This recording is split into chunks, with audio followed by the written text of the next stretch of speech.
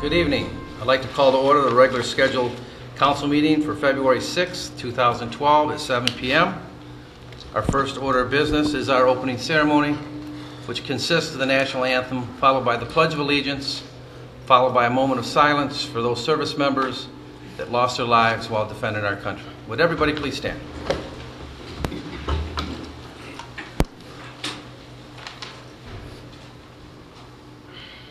Oh, say can you see by the dawn's early light what so proudly we hailed at the twilight's last gleaming, whose bright stripes and bright stars through the perilous fight o'er the ramparts we watched were so gallantly streaming.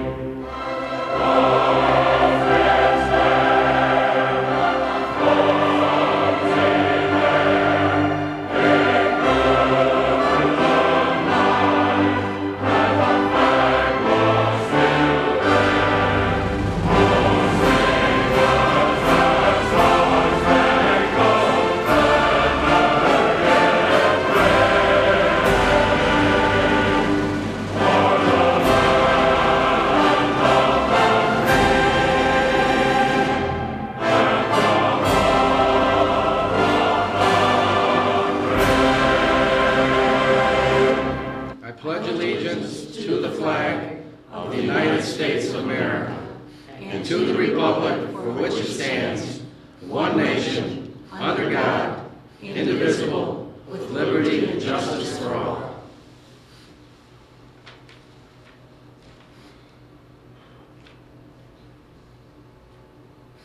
Thank you. Please be seated. Clerk Treasurer Bettis, can you take the roll, please? Good evening, Your Honor. Mayor Walker? Here. Councilmember Squires? Here. Councilmember Cordy? Here. Councilmember Kerwin? Here. Councilmember Lynch? Here. Councilmember Fetter? Here. Councilmember Dodge? Okay, the next item on our agenda is the approval of the agenda as presented. Looking for a motion from So council. moved. So moved from Councilmember Lynch. Support. Support from Councilmember Squires. Any discussion from council? From the general public? Ms. Bettis? And I'm so sorry. Lynch and Squires. Thank you. Councilmember Lynch? Aye. Councilmember Squires? Aye. Councilmember Dodge? Aye. Councilmember Fetter? Aye. Councilmember Kerwin? Here. Aye. Sorry. Councilmember Cordy? Aye. And Councilmember, Mayor Walker. Aye. Next item is community announcements. This time I'd like to introduce to the residents of Garden City our new library director, Lawrence Marble. Mr. Marble, you want to come up to the podium, introduce yourself? You want to speak in the library for a minute or two? Introduce yourself. I'm Lawrence Marble. My prior position was head of adult at Salem South Lyon District Library in South Lyon, Michigan. And I'm looking forward to serving as the director for Garden City. And we have a lot of exciting things that are going to be happening. We just brought on a new children's librarian. So we're hopefully going to be starting story time soon. I'm starting computer classes as of next week, which I will be teaching myself. We are also going to be having Overdrive downloadable ebooks available come May. And we're going to service the library patrons that normally don't come to the library but use Kindles, e-readers, Nooks. And we want to reach out to that population too because we're finding there's a very high demand for it. So we're getting new materials in, so if you want to stop by, we have new books, new large print, new audio, and new DVDs. And we expect the collection to keep growing as we add new items. And I want to thank the council for allowing me to introduce myself. Welcome to Garden City. Thank you. Deeper.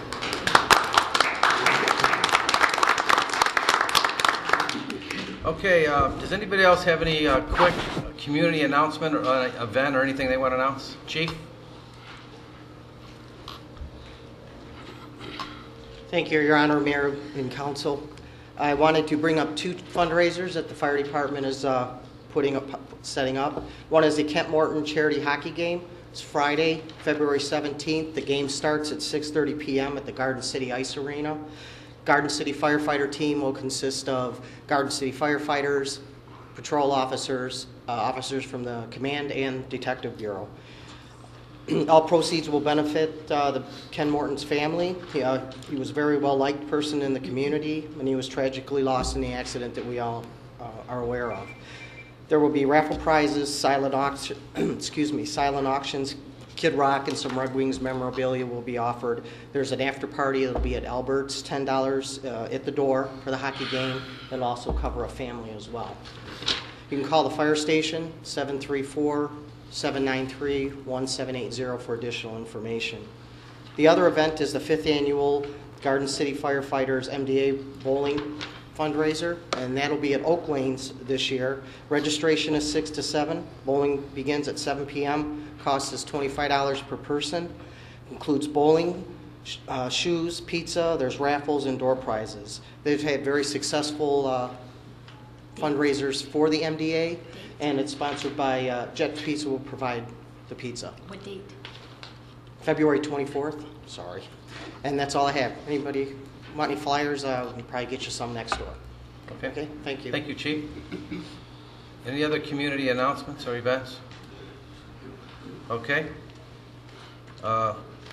Is Senator Johnson here? Okay. We will move I on. know he's coming. Okay. He is coming. Item 7, petitions and communications. We have none tonight. We have no public hearings. We'll move on to item 9, items for consideration, the consent agenda. Mayor, Councilmember Lynch. I move for the approval of the consent agenda 9A 1 through 5. Support. Support from Councilmember Fetter. Any discussion from council? From the general public? Ms. Bettis? Councilmember Lynch? Aye. Councilmember Fenn? Aye. Councilmember Dodd? Councilmember Kerwin? Aye. Councilmember Cordy? Aye. Councilmember Squires? Aye. Mayor Walker? Aye. Moving on to our study session. First item is the 2012 millage proposal. What I would like to do, council, hear me out on this and see if you're in agreement. I've been asked to hear from the public on this millage proposal. They want an opportunity to speak. So what I was thinking, we don't have a meeting scheduled for next Monday. Ms. Bettis has a deadline if we're going to put this on the May ballot of February 28th. And we have a meeting on the 27th, which is going to really force your hand. What I would like to do is call for a special meeting next Monday. The only thing on the agenda will be the millage proposal, and we will hear from the public. That'll be their opportunity, and plus we can have some discussion too.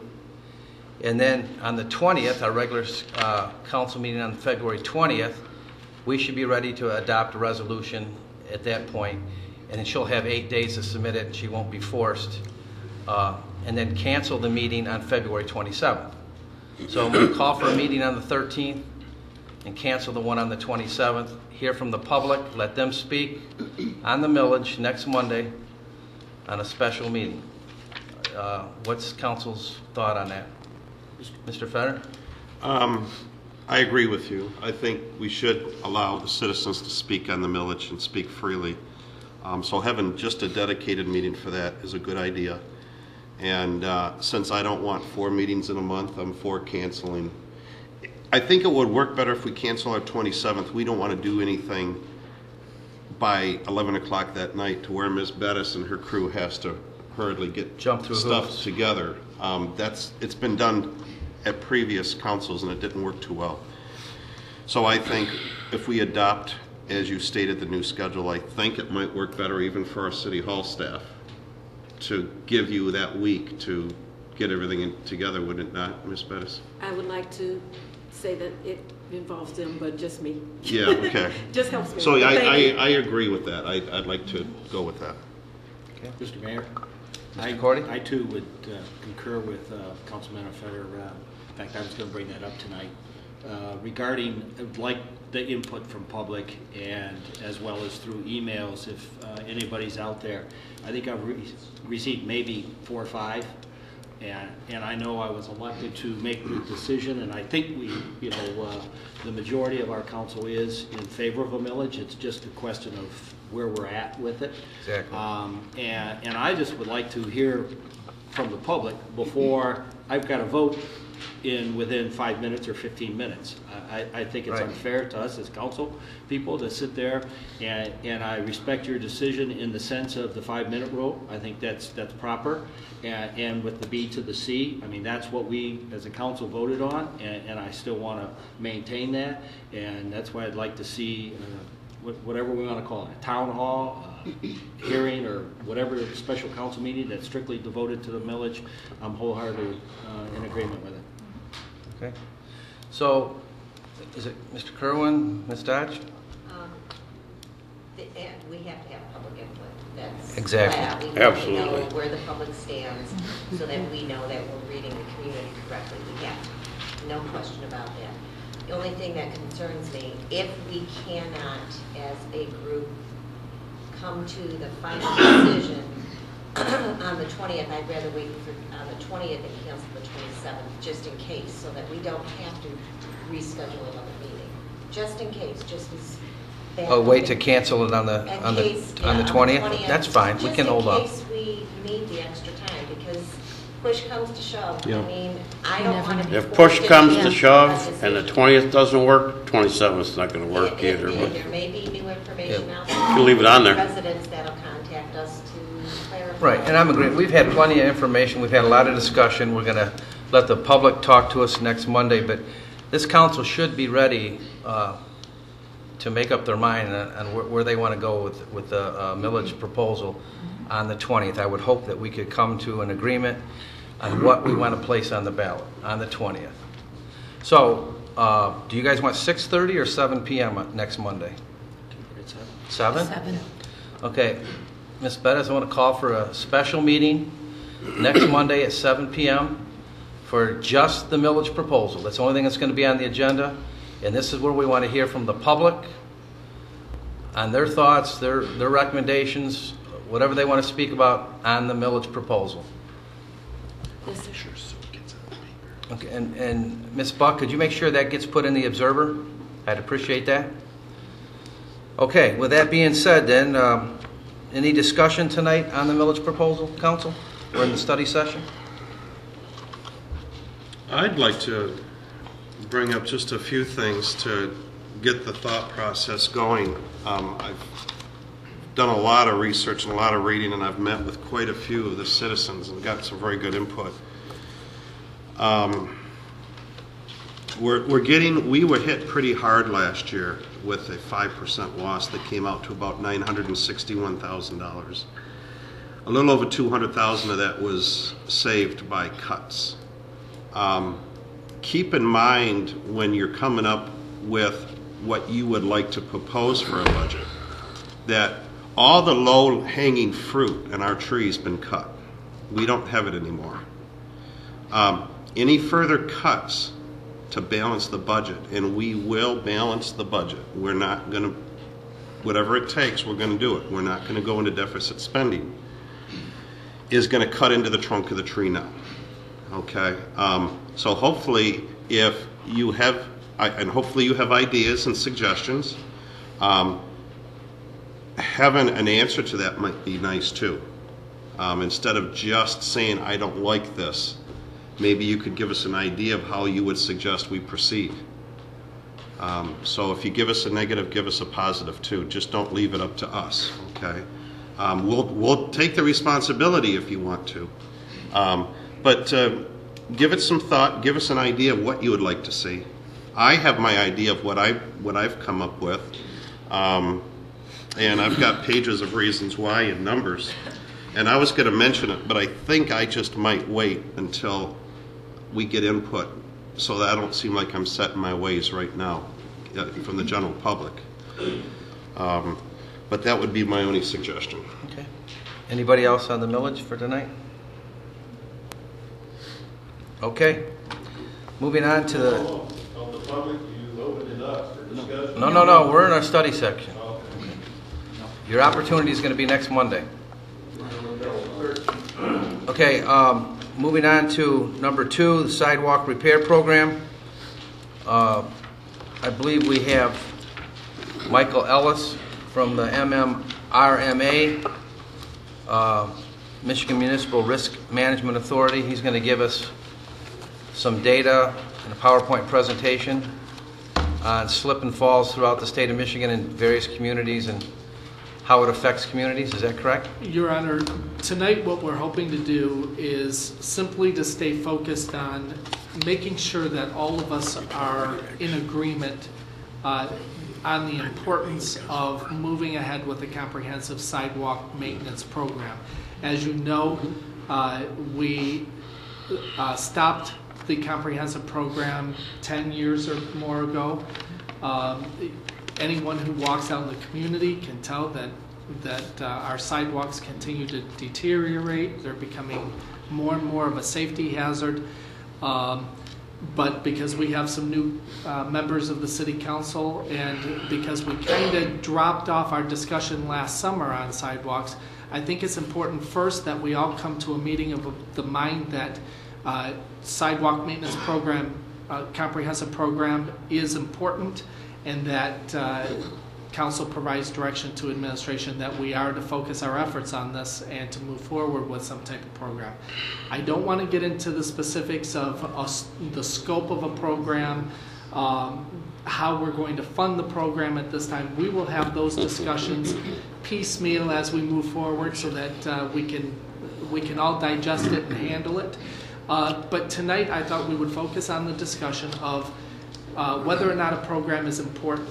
And to start off, we have asked Mike from MMRMA to come tonight to just give you a brief overview of their experience with sidewalk claims, the types of injuries that they have seen, and other useful information to give you an idea of why it, in administration's opinion, a core requirement, a core responsibility of a municipality is to maintain its sidewalks. And with that, I don't know, Jack, if you want to mention anything, we'll turn it over to you, Mike. Darwin, could you swing out a little bit? Yeah, thank you.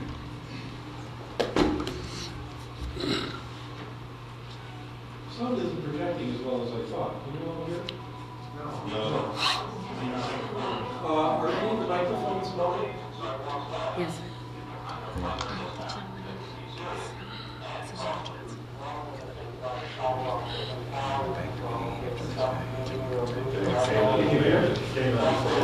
Okay.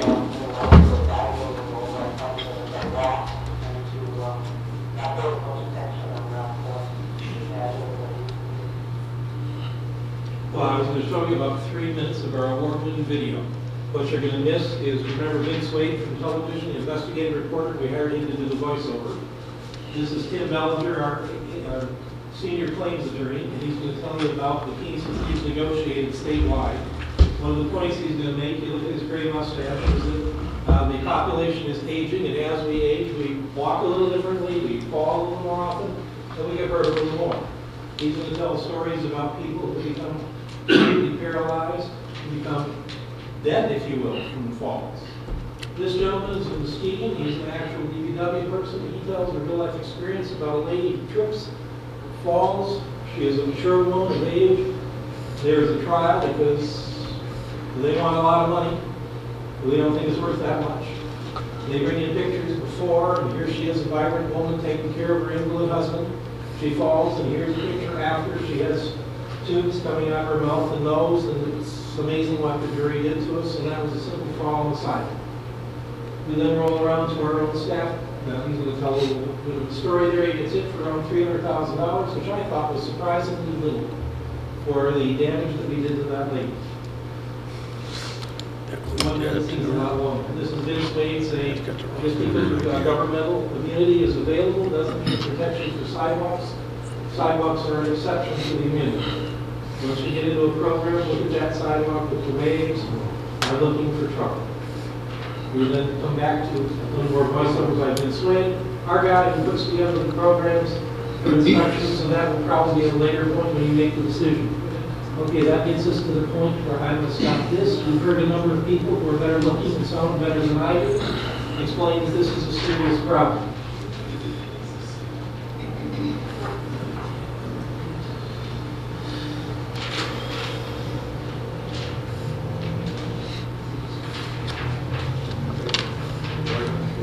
Okay, well, what I'm going to talk about, I'm going to move the microphone. I was going to say, put a mic on yourself. You want to raise that up a little bit, sir? There you go. I'll kind of lean into it a little That's too. fine. Is it picking my voice up now? Yep. Okay, so I wanted to check to make sure I was at the right place in the right evening. We start off with the idea of governmental immunity. It's based on the concept that the king can do no wrong. There are certain activities that only governments can do. It takes governments to organize highly complex interstate road structures. Nonetheless, the work is done by contractors. There are certain exceptions to the broad-based governmental immunity, and one of them is for a defective roadway. Now, if someone falls in the roadway, there's no question. The question becomes with sidewalks. In what degree does the local municipality have to repair the sidewalks? There's always going to be a little cracking in Michigan. The question then becomes, to what degree? Now, we have specific statutes. Are we being broadcast to the homes? Yes. There are always lawyers. I don't want them calling me and telling me I don't understand the statute. These are the ones I referred to. The first one talks about the definitions. Governmental agency, the one we want to focus on is highway. Because we're not only talking about the highway between the curbs, but a highway also includes sidewalk, trailway, crosswalk, or other installations that fall within these exceptions that mean that you may be responsible for people who fall on the sidewalks. There is a duty. If you can see that sidewalk that's been completely upheaved by the tree root, which creates a problem. Under the statute, it says there's no duty and no liability unless the municipality had knowledge for at least 30 days. Now, the presumption there is within 30 days you have an opportunity to do something about it. If it just completely upheaved, because in Michigan that happens, your sidewalks are constantly coming and going, then you could not have responded to it. So you have to have knowledge for more than 30 days. The injury must be, the defect in the sidewalk, rather, must be a proximate cause of the injury. There's something called the 2-inch rule. We'll talk about that in a minute. And then there's the Natural Resources Act. Now, there's also something called presumed knowledge. And the statute requires that you knew or should have known. Now, the dust in the crack isn't from the statute. It's something that I've seen in real life. How do you know how long it's been there?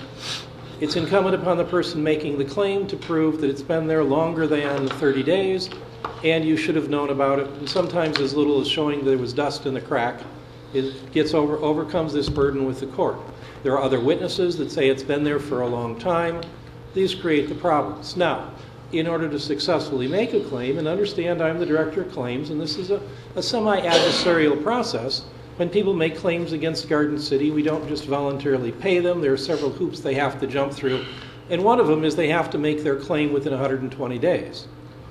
Now, within this statute, it's very clear on who and who they put on notice and how, and that is basically a city official. They have a process to come down here and file claims like anyone else.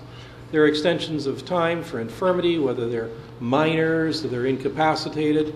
The issue here, though, is the notice isn't just of their injury, but of specifically the defect. Because the legislative logic was that once they tell you about the defect, you're going to then respond and go out and do something about it.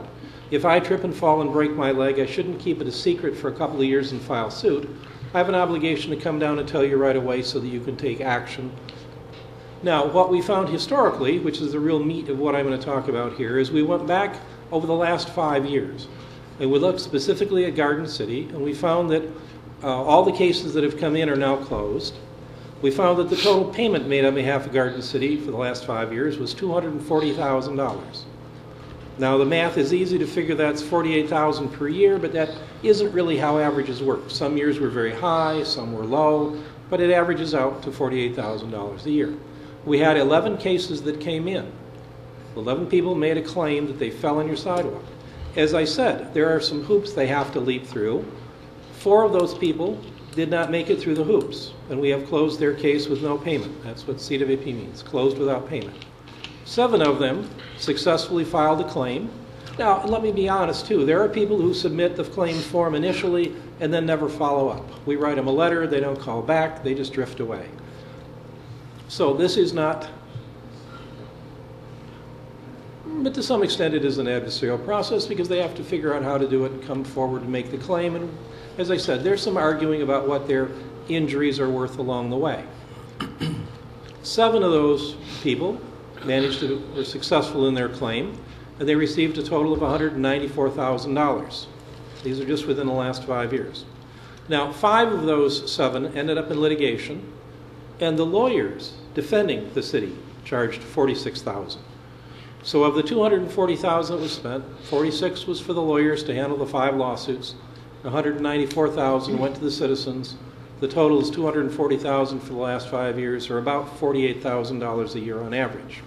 However, what you missed from the video was talking about the randomness of how people become injured when they fall.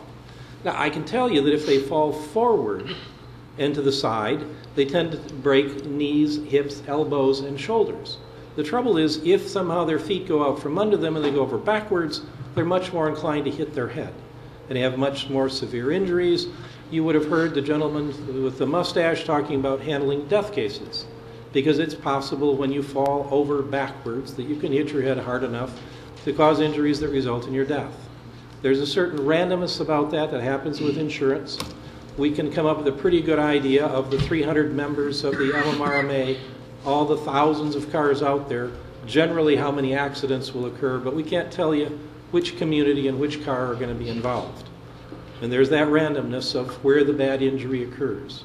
So as I say to you, it's $48,000 like any other average. That's just what happened to you in the past. And as you hear your stockbroker say, that's no guarantee of what's going to happen in the future. As a matter of fact, one of the things that happened was there was this 2-inch rule. And the 2-inch rule says that a discontinuity defect of less than 2 inches creates a rebuttable inference that the roads and the sidewalks in reasonable repair. And what this means is if you go out and measure the discontinuity and it's less than 2 inches, you pretty much have it on your side. And that was actually in the statute for quite a long time. There was a lot of argument about how you measure the 2 inches. Do you measure it on the right side of this sidewalk or the left side of this sidewalk? Some people said you could measure across the gap. Other people said you turn sideways and measure the width of the sidewalk. Well, you're always going to have more than... Anyway, so it ends up going to the Supreme Court to try to figure out exactly how this discontinuity, what that word really means. And it ends up in a case called Robinson. You may not recognize this picture, but this is West Saginaw up in Lansing, the capital. It's kind of on the west side. And the young girls were there. There was 2 of them. And they were walking along. Let me find my little pointer here. Now you can't see, but they were walking along kind of on the left side on the sidewalk. There was some construction. They end up out in the middle of the street. They got hit by a car. Everybody thinks that they understand when this case goes to the Supreme Court what it's about, and the Supreme Court decides something completely different. They decide that the 2-inch rule, which has been around for a long time, when you really look at the words, and I think they call that parsing in high school, when you parse out the paragraph, what it really says is the defense of the 2-inch rule is only available to the county and not to cities. So the history that I just showed you all changed in April of 2010 when the Supreme Court issues this decision in Robinson. Because before that, you got the benefit of the 2-inch rule, and now you don't. So what does that mean? Your future, you're going to have fewer defenses. You're probably going to have more claims paid. There are people like us right now that are lobbying the legislature to change the 2-inch rule back to protect cities, but who knows where that's going to end up. So back to the historic numbers that I just showed you. This is the same slide again. I put it up there with the caveat that that was based on the 2-inch rule that no longer is available to you. And so your future tends to be your past, only worse. And so whatever projections you can make off this, that is what we found to be the history. Thank you very much for listening to me. If you have any questions, I would be happy to try to field them if that's appropriate in this forum. Anybody have any questions for Mr. Ellis? So are you saying we don't fall under any law? Pardon me? Are you saying we don't fall under any law? Oh, yes, you clearly do. The law that makes you responsible for the sidewalks along beside the city streets, the law that says that if you have knowledge or should have had knowledge, The law that says if they make their claim within 120 days, if they're specific about exactly where they fell, then you are responsible for whatever injuries they have, however small or large. But in the law, it does not say a quarter inch, an eighth of an inch. Not anymore. 10 inches. No. Not anymore. And there were questions about whether that worked anyway. It said a rebuttable presumption, and what was happening was there were experts out there that were in the business of testifying one way or another, and so that became more and more of a question that had to be litigated as we went forward. There's a tendency to want to have nice, clean, bright rules, and they soon become muddied as you go forward. I was told. Sir, this is a study session just for council. Anybody else have any questions for Mr. Well, Allen? thank you very much for being receptive. I Okay. appreciated the opportunity to speak with you. Thank you. Thank you, Mike. Okay, at this time, council, I'm going to go back to the A agenda because I believe Senator Johnson's here. Did you want to come up, sir? Give your legislative update. Is that what you're here for? Thank you. Good evening, Mr. Mayor, Council, Madam Clerk, and to the citizens. It's a pleasure to be here. My name is Bert Johnson. I am a senator from just east of here. And so essentially I represent all the east side of the city of Detroit, Hamtramck, Highland Park, all 5 Grosse Points, and Harper Woods. As you can imagine, you think about the demographic or the construct of those different areas, and I represent probably one of the most diverse districts in the state. Prior to serving in the Senate, I actually served 2 terms in the House, alongside Richard LeBlanc, and not necessarily alongside Glenn Anderson, but he was in the building when I was serving over there as well. But then also, I worked for about 5.5 years for my predecessor in the House, Bill McConaughey. So, I've had about 11 or so years in the legislature to understand not just the politics and the process, but to build some systemic, real relationships to kind of would yield me an opportunity to really be successful. And, there's no braggadocio attached to it, but I've been very successful in the legislature. I've passed about 43 laws. And not that the number is significant in as much as the things that we've been able to get done really sort of tell the tape, are the tale of the tape. About 26 or so times, people have attempted to put a regional transit authority in place in the legislature. And 25 of those times, it failed. And so I took those bills, I refashioned them, and we put together what is now commonly known, or going to be known as the Bus Rapid Transit program that you'll see coming through the city of Detroit and then spawning out into Wayne, Oakland, and then Washtenaw.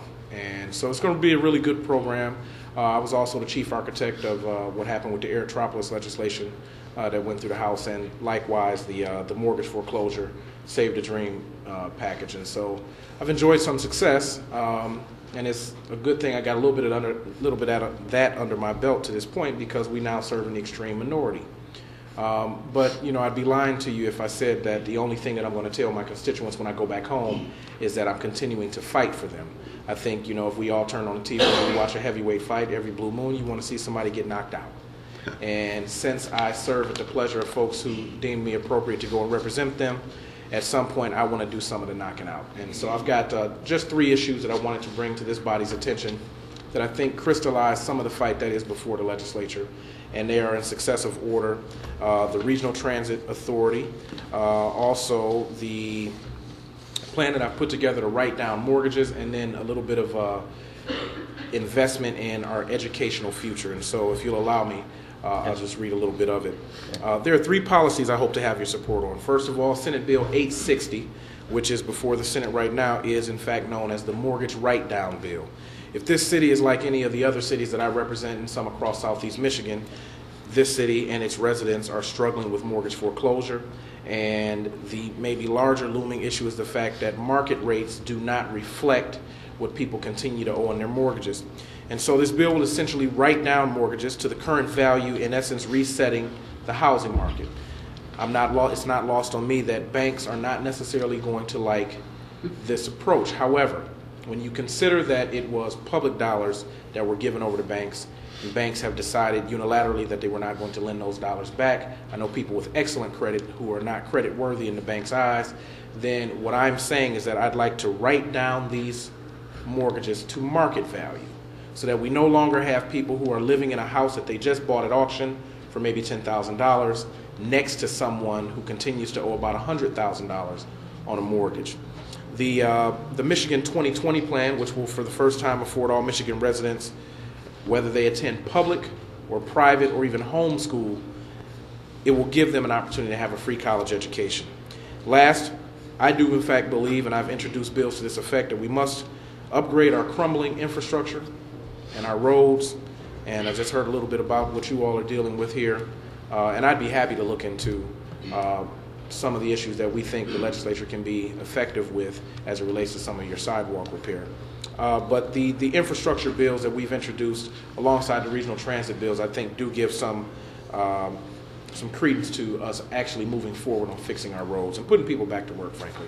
So Senate Bill 860 seeks to eliminate the $20 billion in negative equity, crushing property values, and bankrupting municipalities. The proposition is pretty simple.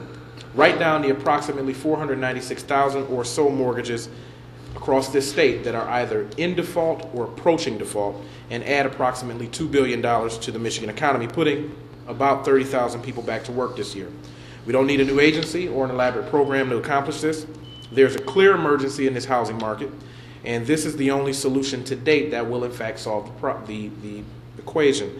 After a little bit of discussion with some folks out at the White House, this plan is a lot more ambitious than what the president has put forward, and it was put that way, it was proposed this way on purpose, given the fact that the same emergency management legislation that on a lot of different levels I oppose, not just that of constitutional things that I don't think meet constitutional muster, but I also think that wholesale disinvestment across a number of our municipalities that today suffer with insolvency financially is really the major culprit. And so whereas you may have a schools district that is struggling financially and they don't necessarily have the dollars to come clean or to become solvent, I think that the bigger issue that the governor and this government continues to ignore is the wholesale disinvestment that is really plagued a number of these enclaves.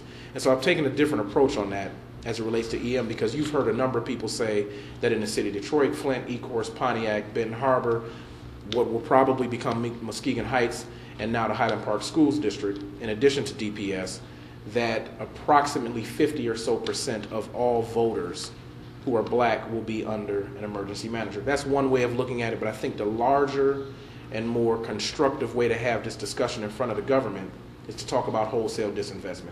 If you lose a Chrysler, if you lose a Ford, and they leave the city of Highland Park, so does tax base, so do people, so do ancillary businesses, and therefore you lose students. And when you lose students, you lose per pupil allotment dollars. And I think there's a case to be made that we can all get behind to suggest that not only should the governor and his or her treasurer come to aid cities or school districts when they have an issue, but they also need to come with a very long list of investment opportunities that they want to see into the area. I won't bore you with all the details on the housing program, but I'll simply say this. If in fact we do this, we will put approximately $500 back in most homeowners' pockets. You all know that when people have money in their pocket, they're more likely to spend it into the local economy. You give a boost to your businesses, you get more dollars to the tax coffers here at City Hall, and you frankly improve the morale of citizens who do in fact see an uptick in their economy. As it relates to Michigan 2020, it's a very ambitious plan, but again, we wouldn't need a new program, we wouldn't need a new set of folks being paid to do it. We spend, and this is an astounding number in my estimation, we spend about $35 billion into Michigan's economy when we give over tax credits and breaks to corporations. I'm a big fan of business. I'm a capitalist. I live in the United States of America, but it is not lost on me that you cannot continue to take money out of the pockets of people who have achieved a certain level of success in their life and have retired. You can't take money from children. You can't cut critical services to programming. And you most importantly can't remove the social safety net at a time when most people are hurting and then automatically give that money over to businesses and call that great government. And so what we're asking the governor and the MEDC chairman to do is really take a look at that amount of money that we spend every year, close some tax loopholes. Democrats want a mere 10% of that money so that then we could take $3.5 billion, set aside about 1.2, which would give us a rainy day fund, but take the other 1.8 and put it right into allowing any person who's achieved a high school equivalency degree or a diploma and send them on to college for free. And frankly, I think that's probably the largest economic investment tool we have in front of us. If you fortify these young folks, then what you've done is you've taken people like my sister, who's in New York, who has sworn that she's never coming back, given the fact she's experienced a modicum of success out there with respect to her acting career. But you fortify these students, you give them something to look for, you actually incentivize, I believe, the teaching profession, and you give parents something to hope for, that their children are now not just college ready when they're prepared in their classroom, but they actually have a check in their pocket sponsored by local taxpayers. So we wouldn't need an extra dollar taxpayer money.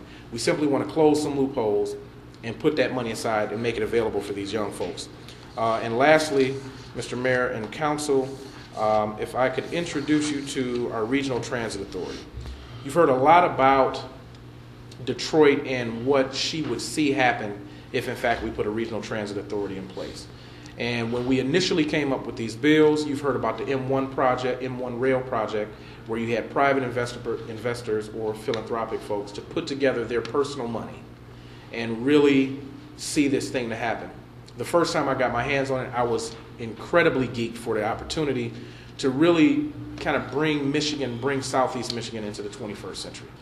Every other major urban market across the United States of America, and I've been to most of them to study their transit authorities, they're in the business of using trains and coordinated bus service to send their people across their metropolises and across the region. If you go to New York and New Jersey, you have two states who are working in an authority situation that have found a way to cooperate across a bay, across a river, to make their transit opportunities really come to life. For us here in Michigan, what this represents is an opportunity to really be attractive in front of the federal government and bring in about $6 billion. And wherein you've seen a lot of bickering, a lot of starting and stopping, really it has stymied the progress of what the federal government has wanted to come in here and partner with us to do. And so the Regional Transit Authority bills, they went through in 2008, and that really established a framework, TIFA opportunities up and down certain thoroughfares, and sort of was the skeleton. Then we started putting the meat on. We introduced 3 major bills last session. They didn't see the kind of activity or the passage that I wanted, and we came right back over the top. I was surprised that one of the few places that the governor and I, in fact, do agree is that he thought that regional transit should happen in the city of Detroit and across this region.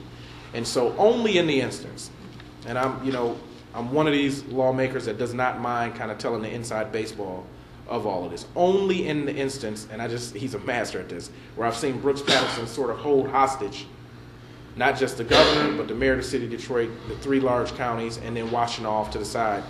Only because Brooks Patterson has said certain things weren't going to happen on his watch, as though the suburbs somehow support Detroit and Detroit doesn't support the suburbs, and it's a, in his mind, vice versa situation. Then we've seen a stymieing of the train component of this opportunity. But I am proud to announce that finally we are going to see bus rapid transit, which is dedicated lanes, which is beautiful stops on certain thoroughfares, and which is coordinated technology that will deal with the street lighting and a number of different issues.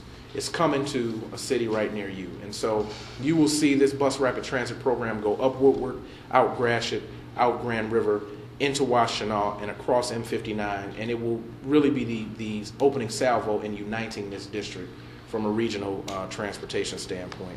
And so, I would love nothing more than to get on a train in Midtown Detroit with my iPad, with my newspapers and some things that I need to read for committee or, the work that we have to do in the Senate, and ride for about an hour or less maybe, and really bone up on the things it is that I need to be prepared for when I get to the state capitol. It's coming. And I know this city will be a direct beneficiary given its proximity to the city of Detroit. And so I appreciate the opportunity to come out and be vocal with you tonight. And if there's anything that I can be of assistance with into the future, I'll be available. If there are any questions, I'll take them. Otherwise, Mr. Mayor, thank you for the opportunity. Anybody have any questions for the Senator? Council? Thank you, sir. Thank you. Appreciate it. Thank you. Do I understand that this transportation bill has to be in Washington in 90 days? The transportation bill that we will run here. The rail. Washington and Michigan, though we're united on the prospects of putting this thing in place, we operate 2 separate silos. And so the work that we have to do here really is about passing legislation, seeing it into fruition, and then once we have the construct of a regional transit authority, then that transit authority would have some opportunities that it could go to market, it could go in front of the community, it could offer a funding option where people would understand how do we fund this thing and make it work. And then it would also establish a governance structure. And I gotta tell you, whenever we talk about the funding mechanism of this, people get immediately skittish. Well, I do too. Before, and I saw you gentlemen talking about that. But here's where the rubber meets the road. And excuse the pun, but I'm a pretty conservative guy as it relates to how I spend money. And I certainly didn't know all that before I started pressing the button when my predecessor was my boss. But when it comes to how we spend money, I do understand that you have to do certain things if you really do want the community to be vibrant and healthy. There's no way I know that Garden City wants to continue to risk being open to lawsuits and folks who want to come in and sue by having sidewalks that just aren't repaired. At some point, we've got to figure that out. But I do want you to know this. Not one taxpayer dollar over and above what is going to be needed to establish it, maintain it, and then authorize the federal match. And so that's part of the question I think you're asking. Because I heard the mayor from Southfield talking on national television, Right. which is quite a good talk, said that we have to have it in to Washington by 90 days to get Washington's money. I don't think that's such a hard and fast conversation. I've had some real interactions with the FTA, and as I understand it, what they're hopeful from us is that we finish doing what we're doing as quickly as possible. But they have completely opened up in partnership with us, and they want to make sure that this thing works. As a matter of fact, they consider it a huge disservice to not just the citizens of Detroit, but in the greater metropolitan area. And we haven't found ourselves recipients of the Regional Transit Authority 20, 30, 40, 50 years ago. At one point, Mr. Mayor and Council, the city of Detroit boasted the best and most robust transit system in the world. And then systematically over the decades, we cut back funding and we failed to go the extra mile to finish it off. And so we're really back at the front end, but it's a great opportunity for us to finalize what we started on time. Because it wasn't, because one time we had another thing in Detroit. Okay, we're going to move on. Thank you, Senator. They didn't get the money from Washington because they didn't get it in on time. Okay, we're going to go back to our study session. Mr. McCleary, did you want to go any more on the sidewalk after the presentation? Did you want anything else? Just a consensus from the city council that There is a need for this program? There's a need for the program, and you want administration to work with you on devising a comprehensive maintenance program for sidewalks. Mayor? If I may, I think we all realize that, but where's the money going to come from? We are going to have discussions at future meetings on. I mean, should we talk about that first? Don't you think? Well, I think first we have to, before we spend a lot of time working on the details of a program, we've got to be on the same page that we feel it's important enough to work on. And that's what I think we need to decide first. Is this... Okay, I understand that, but my job here, from these people that elected me, I keep saying it's not to raise their taxes. But now, what are we talking, $2-3 million bond? Okay, whatever you guys want, but I'll tell you what, I'm not buying in. Mayor? Ms. Squire? Thank you. I have walked around, my husband and I have gone for walks in the neighborhood, just basically around our area, and some of the sidewalks are horrible. Someone that's handicapped, someone that's elderly, can't even get outside and go for walks. Not just putting aside being sued. For people to be able to get out and move around when the nice weather comes. I mean, I tripped a couple of times. Yeah. And it's something I feel that we need. I feel we need it as well, and maybe we just target certain areas of, our worst areas of the city. We can't do the whole city, I understand it. Just like we did with our streets, which we're going to get into here in a few minutes.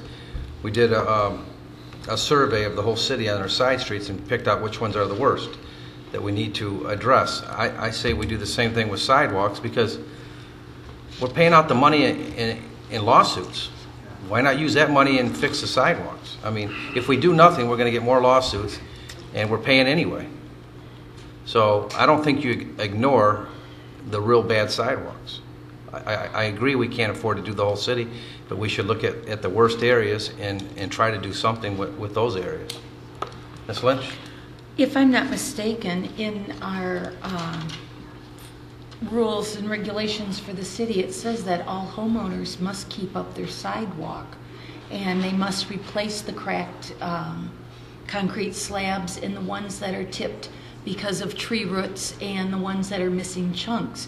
Unfortunately, we don't have the access as regular homeowners as easy as the city would to bring in a contractor to give us a good rate. Yes, you can hire a cement contractor, but most people don't have the wherewithal. They don't have the cash in their pocket ready to replace. I remember when we had the sidewalk program probably 15 years ago. We had to replace all of the slabs across the front of our house. That was a pretty hefty bill.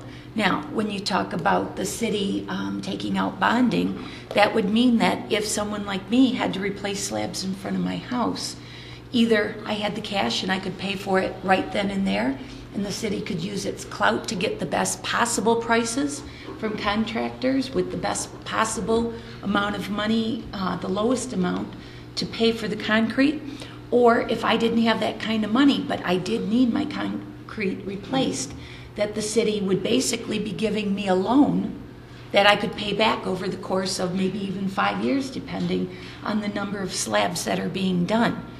Everybody in Garden City knows that we need concrete slabs replaced. We can all talk about places where there are great big chunks missing or raised pieces missing. I'm surprised we haven't had more lawsuits, but I think it's just out of the goodness of the hearts of the people who know that these things are there and they don't want to cause the city undue harm in the process of suing us. I think we need to do something. I think we need to get a comprehensive program going, but I'm not for anything that's going to make people pay up front immediately. We have to be able to have some Who's going to sort pay up of front? Where's the money going to come from? we have to have some sort of a payback program, some sort of special assessment that people can pay back as they can. So we're going to Not borrow all it up for front. them. We're going to get the money, the city. That's us. usually the way that it's done. Yeah. Okay, thank you. We have to replace the concrete. It's been needed back 5-6 years ago. We were talking about getting that program going again. It's greatly needed. And as Mrs. Squires said, I can talk numerous places. Mrs. Lynch, why aren't we as a city going out, hey, you got 30 days, get your sidewalk replaced. Thank you. If you need it. Hey, only speak. I mean, when you're at the wouldn't that podium, be it's our turn right now, okay? more reasonable thing? Just tell them, if it's your sidewalk, you have to repair it or replace it. That's the way it's been for years in most communities until more recently. And believe me, I put in many, many miles of sidewalks and roads.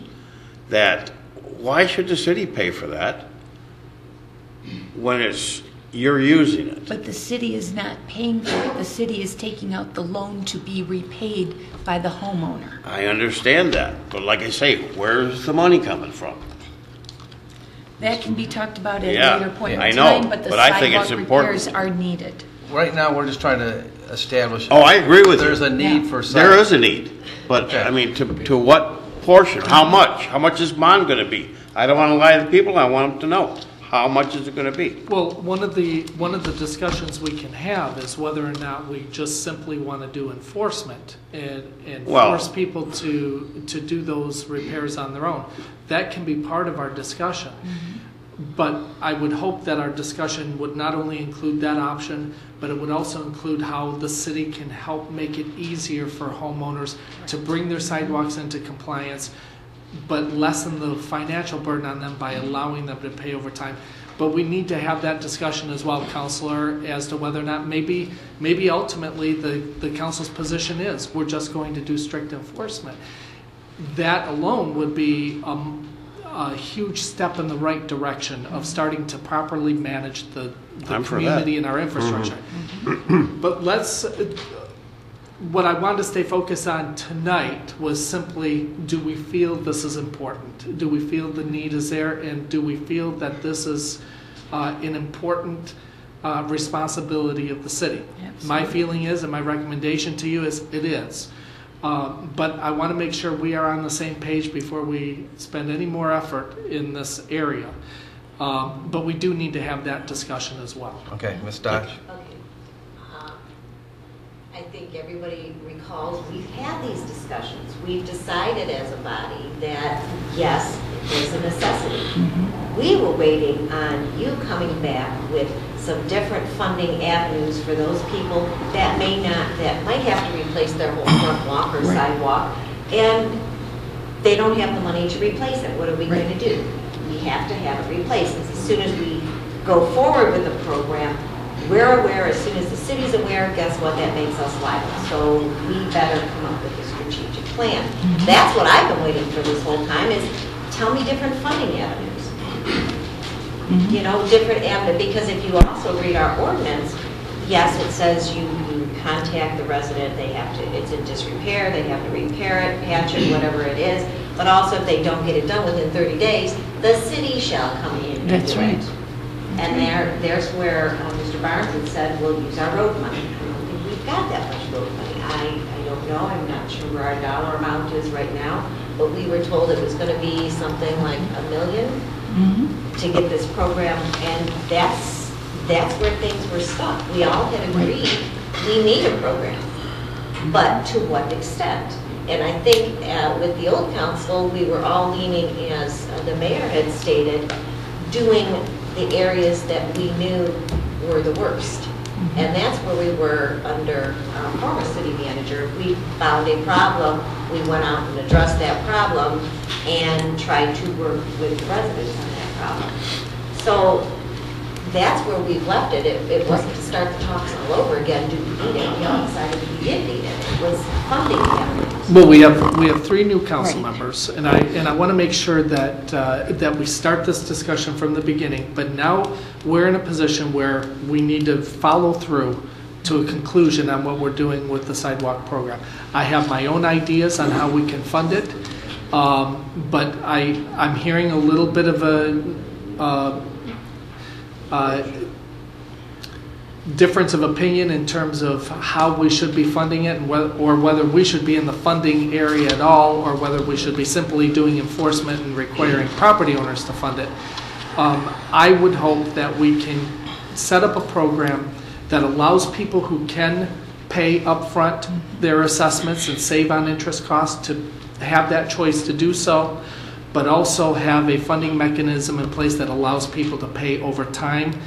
I can't imagine more than a 5-year period, but allow them to pay in equal installments over a 5-year period if they choose to do so. They would have some interest costs that they would have to pay on top of that, but it would lessen the burden for some people who may have more limited cash available. We will have those discussions. But I want to make sure with the new council members that we start this discussion, and from this point, we have regular meetings where we're talking about this and working our way through it. But I do have ideas on how I would. This is what I've been waiting for from you. If you've had those ideas, it's been constant on the agenda for quite a long time. I've been waiting for those ideas. Well, you will be getting them shortly. And we really have gotten no response Okay. on what we have talked about. You will be getting them shortly. Okay, Mr. Fetter? Yes, thank you. Mr. McCleary, I'm for the process. I just asked for patience from some of the senior members for us newbies. I think it's good to start from the beginning and start over, that we don't pick up where another council might have left off. But I wholeheartedly agree with Mr. Kerwin as well. I don't see myself voting for this town to go into debt for sidewalks. Even if we have to do that one side of one block per year, we have done nothing, you're saying, for 5 or 6 years. We can't catch up in one. We can't afford it. We may have to take 5 or 6 years to catch up what other past councils have not acted on. Okay? But that's water under the bridge. But again, I'm for the process. I understand the process. I just wanted to give my 2 cents worth on it. So I look forward to what the information we get from your desk. Okay. Mr. Mayor. Mr. Cordy? I too am in favor of a sidewalk repair program. However, like my other colleagues as Kerwin and Mr. Fetter is I have a problem with, because we're going to be coming to the people with a bond, or a millage of paying.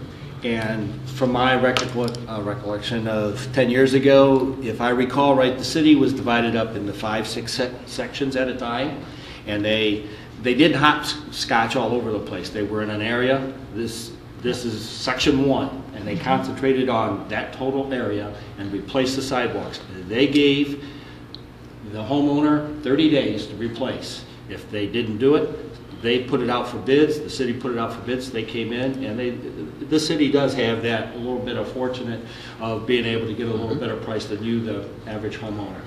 But you're going to get your better price that way, as opposed to over here, over here, over here, over here, and taking the worst. It's like Dave said, is that this problem's been for 10 years. We're not going to cure it in 1 year or 2 years. It's going to take us 5, 6, 7, 8 years to do it. And I'd rather see a little, put the sections, put the city in sections. And maybe we pick the worst section of the city and go after it that way. But I definitely have a concern how we're going to pay for it. That's all I have. So I think you got the consensus that most of the council does feel that we do need a sidewalk program, and that's what you wanted for tonight? Yes. So you'll come back to it with us with some different proposals? I sure will. Jack Okay. and I both. All Thank right. you. Let's move on to item 3, street pavement condition evaluation. Mr. Barnes? Tonight, in your packet, you should have a complete street evaluation. And this is the first basic step to get our management plan together. Tonight, really, all I want to do is provide you the information. You should have a colored map, and I got Mr. Kern from Tennessee Engineers. He was one of the 2 engineers that worked on doing this first step for us. This is our guide now going forward to develop our plan. Now, tonight, he's got a blow up we can leave here so some of the citizens can see the blow up of the color of different street assessments. He can answer any detailed questions about the assessment if you have any. But we will, this is another item that will be coming back to you, because then we got to now develop a plan for moving forward to address the red streets here, keep the yellow ones from turning to red, and funding is all part of that. Special assessments is part of that. Sidewalks are part of that. So all that is intermingled in this management plan that we have put together, and it lays out our maintenance program for our streets going forward. So tonight, all we really want to do is provide you basic information. And if you have any detailed questions, we can answer them. Mr. Kern can answer them from Tennessee Engineers. Otherwise, we'll be coming back to you with more, requesting more guidance and more information. What I was reading in our material that we had that was given to us weeks back, I'm guessing I'm not guessing, but it sounded like we had 1.1 million for our local streets of Act 51 money and 3.2 million for major streets. Is that was the fund balance. That was the fund balance? I'm not sure if the right number is in the local streets, but that was the fund balance. So I'm looking at these red streets in the northeast corner. Looks like Deering, Helen, Lathers, from Maplewood to Warren. They are pretty bad. I drive them once in a while. If we were to replace them, do we also do the water mains? We need to look at the water mains. I don't want to put down new streets. Of those streets, yes, sir. I don't want to put down new streets just to dig them back up with water main breaks with 60-year-old pipe. So if we're going to do it, let's do it right. We got to do it in sync after we get street priorities laid out in what year we think we can fund them, and we need to link up our water and sewer fund to take care of the other. Yeah, well, that's the correct way to do this. Yes, I mean, sir. otherwise, it's ridiculous to put down a new street and then dig them up every time we have a water main break, and then have to patch them with asphalt. Also, in that same caveat, we just got done talking about sidewalks. If we know, we could always put sidewalks if we have an area that is in great need and older section, we can put the sidewalks right in the project. Yeah. Not add new, but just replace existing. Right. If it's needed, which we've done in the past. Yes, ma'am. Which has taken care of a lot of our sidewalk problems. Yes, ma'am. But we've got hopefully two on the map right now. Here, the section of Harrison, which I think is number 3 in this, and the section of Maplewood, which in this is a number 3. If we go forward with that project, because I have a frame of mind that we need to take care of the number 1s, the roads that are completely failed. And those, people can see where the red are. Where's the plan?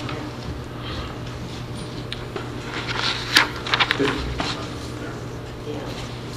You can see where some of those areas are, and a lot of it is kind of like in the northeast corner, the biggest grouping together. And then you stay on the east side, and we've got a lot more in the south. So the red streets are the worst condition, And then we've got- then yellow, and then the green are in the best condition.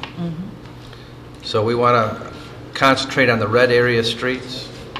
I guess I don't know what. That's what we're going to come back and talk about, the developing the plan to address the red streets, and then what maintenance activities, preventive maintenance activities we can do in yellow to try to extend their lives so they don't become red. Right. Now, they're eventually going to become red, but if we can extend their lives, Right. doing different tasks, that's what we want to do too. So we got to, this is going to end up being, after we get the plan together, if council, agree to the plan, it's going to even talk about the preventive maintenance is going to be part of it. Oh, yeah. And that gets into our annual street budgets and stuff.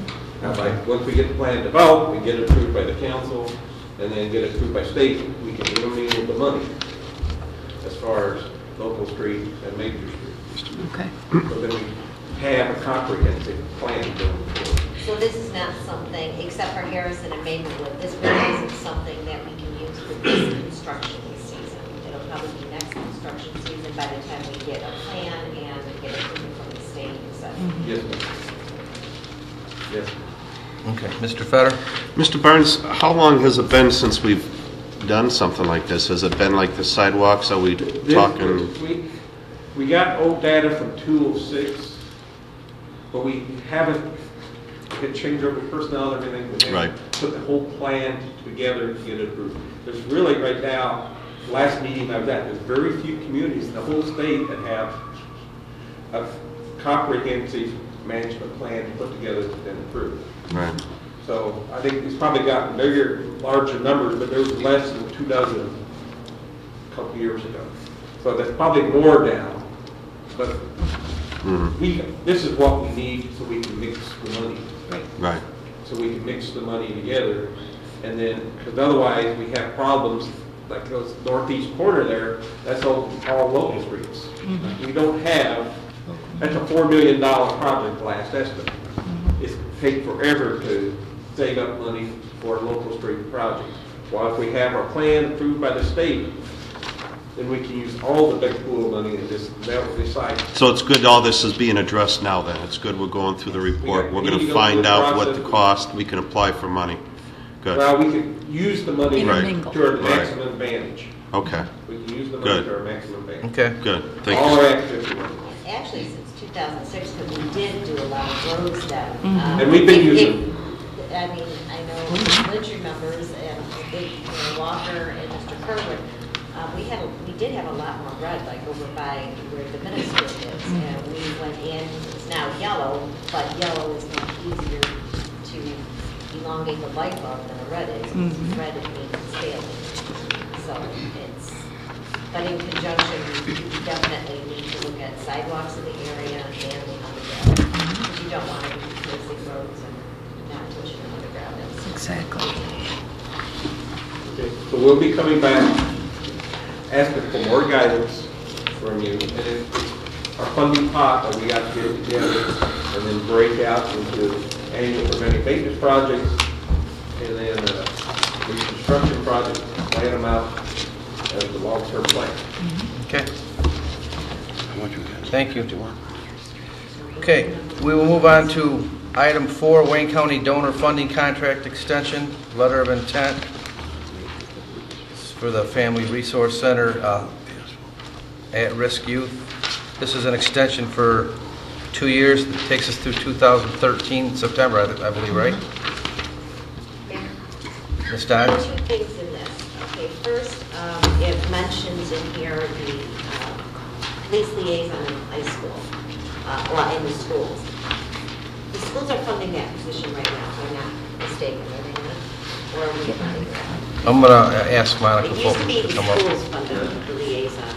Monica, you want to come up to the podium, please? This is Monica Fulton from the Family Resource Center. Thank you. Your question again, I'm sorry? The school liaison officer, which is mentioned, it's one of the requirements in here. Do the schools still fund that, or is that funded under the grant, or are we funding it as a community? It's part of the match for this contract. So it's part of the whole project. But who's funding that officer? Is it the city, or is it the schools? School, I believe, is Because funded. it used to be the schools. Right. I'm not sure exactly how it works out. I don't know if the school reimburses the city for the officer's time. I'm not sure how that works exactly. But it's still the schools doing the funding. What happens, because the school is having the same financial crunch we are, what happens if the schools can't fund that officer and we don't have the funds to pull? Would we be in breach of contract? If the decision was made to pull the officer out of the schools, if the school district didn't want it any longer, probably. However, it would be important to me and the program that the officers stay. So if the schools were willing for the officer to be in there, I could make adjustments to the other programs that are offered so that the police officer could be funded. Okay, so, I just want to make sure. Yeah. Do the schools, do they have any say in this program? Because they're an integral part of it. Does the school board approve this program or not? Or is it just the city? It's a contract with the city. Okay. Now, the next thing, if we extend this for 2 years, you're taking 1,500 square feet, I think it's at the Maplewood, 15,000 square feet at Maplewood Center. That's right, excluding the library offices and the library, correct? Correct. And the 3 rooms that go to the schools right now. Correct. I used the community center feasibility study from a number of years ago when we were looking at, whether or not to build a new community center. And there was a really great map with all the measurements and all the rooms and the size of those rooms. So I backed out the library rooms, the library offices, and the library itself. And also, so you know, the Dance Express program and the senior program time in those rooms are also backed out of that square footage because those programs cover their costs for their room usage and their utilities. Okay, and then the 3 rooms for the schools are backed out. Well, not in this proposal. They've essentially vacated it. The utilities have to be paid, so it's incorporated into the contract. Okay. Now, if I'm understanding correctly, from this year, this has kind of been our trial year, and we've had some hiccups, and we've overcome them. But if we do this for another 2 years, that means that if the economy in Garden City and budget, everything gets healthier, and we decide to put our Parks and Rec programs back in place, we cannot do it through Maplewood Center because we've extended the contract with our donor funding, our Wayne County donor funding, and you guys, through the grant, you've promised this much space, correct? I just want to make sure that we all understand if we agree to 2 years, it's 2 years with you using that 15,000 square feet of Maplewood. The simple answer would be yes. However, I know we're doing some of our programming through the confines of, right. The donor Right. funding. Anything that we would want to incorporate in those 2 years at Maplewood Center would need to be a really good marriage between the programs that are going on there now, or we need to back out costs from the contract and ask to reallocate that money to another expense. So it's not doable. It just needs to be considered when we're moving forward, that those kinds of things would have to happen.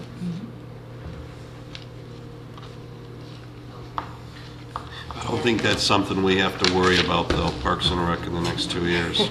Well, I'd like to worry about it. No, I 2 understand. years, I mean. And we have room at the ice arena too. I'd like to worry about that, but there's no reason to worry about that at this point, I don't think. Well, just before we get into a contract, I want people to know that this could be, this is how it's going to be. And it's a little bit harder to back things out once you get into. That's why I said the simple answer would be yes on everybody. I want everybody to know But- that this is 2 years, that it'll probably be the same type of thing. And yes, we've been doing our after-school programs and a lot of other programming that Yeah. you've worked into the grant. Right. Which has been wonderful because our residents aren't left out in the cold. And we've done a lot with the seniors and, still within the confines. Mhm. I think now we're working on some things with the library, with their reading program and things of that nature, to make sure they get what needs to be done and it's still within the confines of your grant. So it's A little bit. We move this to C. Move this to C, council? Thank you. Okay. Item 5, acceptance of grant award for the Assistant to Firefighters Program, purchasing of a fire truck. To me, this is a no-brainer. To see. Move it to C. Item 6, Maplewood Hubbard Street Reconstruction Project. Jack Barnes. What I have tonight here, I brought back the final design, which we had this way back here for the Maplewood Hubbard. And I'm asking for guidance, what to do with this project here. And if you want me to, I can just kind of brief. Well, before we project. get into it, let's get a consensus.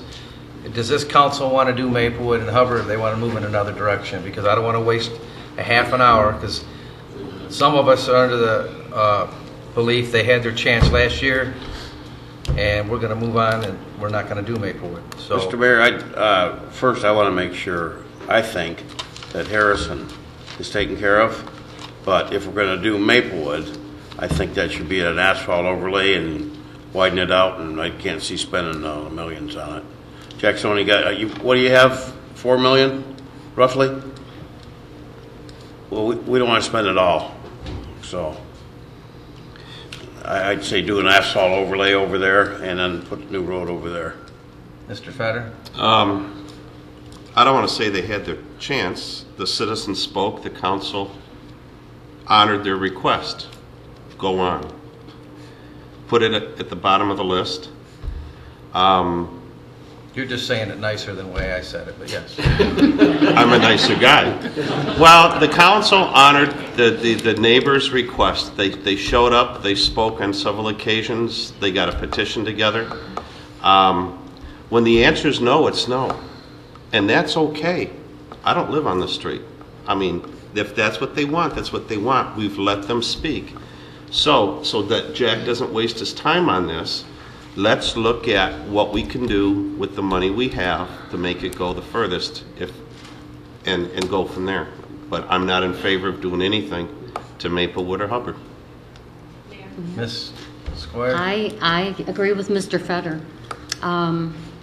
There are so many other streets that need to be taken care of in the city, and the citizens did get a petition, and council, like he said, agreed with them, so. Ms. Dodge? Okay. Some of the things that are missing here, yes, the residents came up to us with the petition. The survey will never go away. We did not waste the money because we can use that survey in the future. However, they didn't say don't do it. They said do it in a smaller fashion. Do it different. Right. We just want a straight road. Don't give us the boulevard. Don't give us all the parking. Don't put sidewalks where there aren't sidewalks. That's what they told us. That's why they put a stop to it, because if they didn't, we would have had the boulevards with the bottleneck and everything that they said we don't want. They said we want you to fix the road, but we don't want it in that fashion. So I'm still of the opinion that, and plus we're going to get better pricing from a contractor if we're doing more road than a smaller project. If we do both of them as a project, we're going to get much better pricing from a contractor. Well, Can we afford both? I don't know. Ms. Lynch? I'm sorry. Oh, that's okay. I'm worried more about Hubbard than I am about Maplewood. Maplewood, yes, it could be better. Yes, it's the hubbub of all the soccer, of the youth program, of the seniors. They've done a decent job taking care of the one really bad spot. Parking is lousy because you can't park on the street. Yes, it's a problem, and I'd like to see Maplewood fixed. My problem is on Hubbard, because there's several properties that are underwater because of the arching of the road. The houses over there are supposed to have ditches. People have filled in their ditches. You're Some basically of them, talking west of Maplewood then? I'm sorry, yes. north of Maplewood. South and, On the south, just to the concrete pavement? yes. Okay. People have filled in ditches over there. They haven't always put in whatever underneath PVC, whatever, to let the water drain. And so what we have is a road that sits here and property that sits here. Right. And when the spring thaw comes or when it rains heavily, we have people's yards that are underwater. That one bothers me the most. And if I had my druthers, I'd like to do Hubbard. Yes, I'd like to see Maplewood done, because it needs to be done to finish up Maplewood. We started with the federal money that Congressman Cotter got us. We got 2/3 of Maplewood done. We have a nice piece of Maplewood. It's not the best. Some of the concrete's, breaking up as it does with age, but we have one nasty piece. But Hubbard, to me, is one of the most important ones because of the properties that are underwater. Mayor, if I could ask Mrs. Lynch. So you're talking Hubbard from Maplewood south to the concrete pavement? That sounds I believe right. it's past the Second Street there? That sounds right. I'd Block, agree I think with it's that. block. Is it- Is it Okay, block? yeah. Yes. I think it's blocked. I believe If we so. go back to our road survey that just got done, we need to pay attention to the reds, right? Yes, and that is one of the reds. Hubbard, That's Maplewood, pretty rough there. Harrison, Exactly. those are all, they're failed roads. Exactly. By our own survey. Yes. That's fine. I'm just asking for what's the consensus of council? Mhm. Who wants to move forward with Maplewood and Hubbard? No. Mr. McClarty, may I ask you, when the citizens went out and did the petition, what was the percent that signed it? That was affected homes? Over 50%. What was the barely. percent? They have to do 51. They had to be over If- 51%. All right, so the majority. It was not majority of the property owners, majority of the Property. front footage. Right, the affected residents. It was the majority of them. Right. All right. I'm not against fixing their roads, okay? Some of the council members forget, because when that process started, there were citizens coming here and saying they were for it. When it first started, some of them were for it. Yep. They agreed to this. I was at those meetings, okay? So this wasn't, we didn't take a blanket off the top and say, voila, No. okay? They agreed up to that up until the last couple months. Then some citizens spoke up. It is their right to do that. They got a petition which forced a supermajority, or at 100%, the council had to approve it, okay? It did not get approved. Okay, they have spoken. We have a map full of red lines. Keep them red. Put them at the bottom of the red. But I want to spend the money. I am not going to vote for it. I'm telling you right now, I'm a closed no on it. I'm a vocal no. I will never vote for doing it until all the other streets are done the way they need to be done. And then when we do it, we're going to do sidewalks, we're going to do sewers. It's going to be done right. They're not going to, I would have put in sidewalks. It doesn't look right to have one street with no sidewalks on it. So they can fight me on that too. Put them at the bottom. So anyway. Ms. Lynch? Okay, just as a little piece of clarification, you're absolutely right. Residents from that street were here, and they said yes, they wanted it. Right. What happened was a resident down on the corner Oh no, I didn't say like yourself. I what was understand going that. on and No, convince no. people. But I just want to make it clear, because it wasn't as if All I know the is- residents came out saying, no, we changed No, our mind. once they didn't sign- want the boulevard. They wanted the road fixed. They chose not to do the boulevard, but it was because of one household I down don't on care. the corner. He It got a wasn't- majority. If you win the ball game, it can be by 1 point or 10. You still win the game. Some of the people didn't understand that by signing those Oh, well, petitions, I what they think were you're right. doing. I know it because I talked to them. That's possible. But So I'm I don't telling want to you, hold them all hostage because Oh, no, of... I'm not holding them hostage, and one day we'll get So we to don't it. waste any more time, we go by majority here. By show of hands here, who wants to go forward with Maplewood and Hubbard? Raise your hand. 1, 2. When you say Maplewood and Hubbard, you mean the stretch of Hubbard? Like Mrs. Yeah, the Lynch stretch said. of Hubbard. I'm agree, Yes. yes. 1, 2, 3, and 4 no's, right? I'm no. I'm no. I'm no. All right, 4 no's, Maplewood, Hubbard, not going to do it. Not right now. Not right now. Let's So we're gonna concentrate move on on. some of our other roads. Majority said no on Maplewood, Hubbard. We're going to move on. Item 7, DDA Third Amendment to Development and Tax Increment Financing Plan. Your Honor, you're being requested to schedule a public hearing for Monday, March 19th at 7 o'clock p.m. on the DDA's proposed Third Amendment to the DDA Development and Tax Increment Financing Plan to allow the DDA to reimburse the city for its capture of the rubbish collection millage monies. This is the first step in that process. Then, if the amendment is approved, then we would enter into an agreement with the DDA for the reimbursement of those funds, and that agreement is also attached for your reference. But I recommend to the City Council that you proceed to schedule the public hearing. C. Okay, move to C? Yes. Okay, we'll move that to C. Item 8, Community Video Tour Book Agreement. Yes. I don't know if any of you others have gone onto their little website to look at some of the videos that they've done.